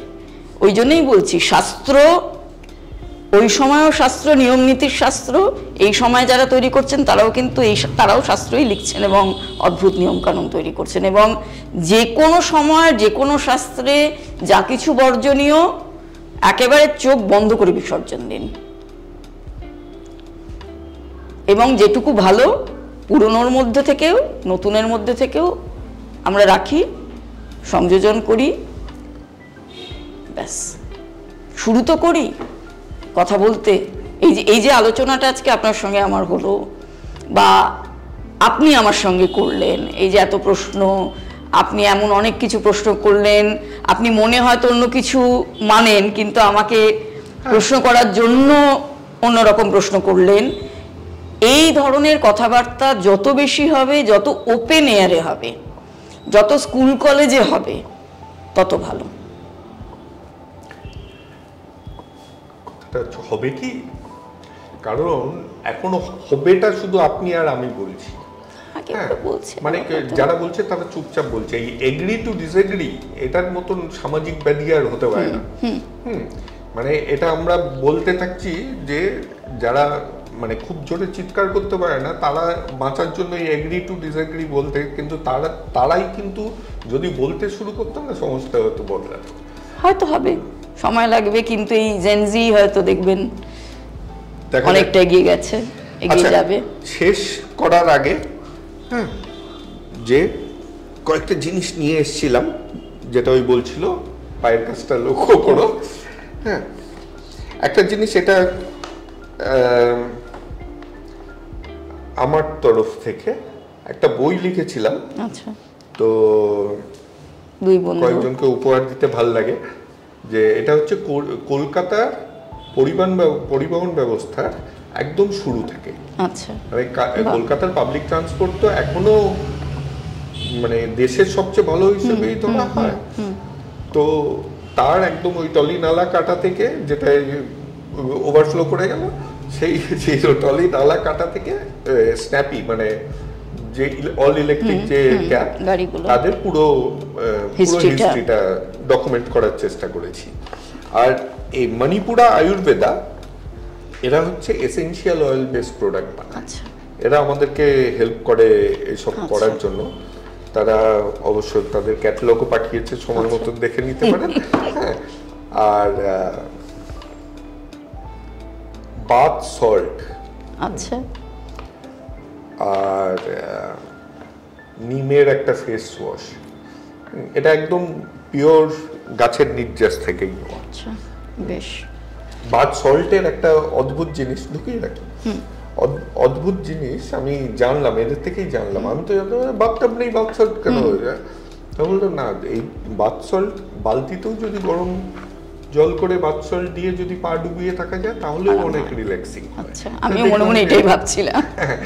আমি দেখলাম যে সত্যি হয়, মানে বিদেশে বাথটাব আছে কিন্তু আমাদের এখানে বালতির মধ্যেও পা গরম পায়ে গরম জলে পা ডুবিয়ে পা দিয়ে ভিজিয়ে রাখা যায় তাহলে। বেশ। যাই হোক, খুব খুব ভালো লাগলো আপনার সাথে কথা বলে, প্রশ্নগুলো করতে পারলাম, আপনি সেই সুযোগটা করে দিলেন, এটার জন্য ধন্যবাদ। হ্যাঁ, এটা না করতে দিলে তো আমি ভণ্ড হতাম। আমি মুখে বলি প্রশ্ন করো, আর একটু অন্যরকম প্রশ্ন হলে আমি যদি থামিয়ে দিই তাহলে কি করে হয়?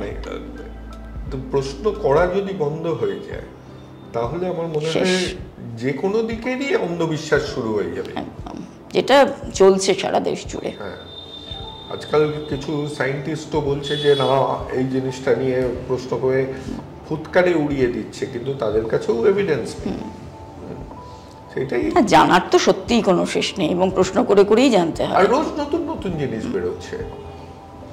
একদম ঠিক আছে, আজ এই পর্যন্তই থাকুক, কথাও জড়িয়ে যাচ্ছে, অনেক লম্বা হয়ে গেছে।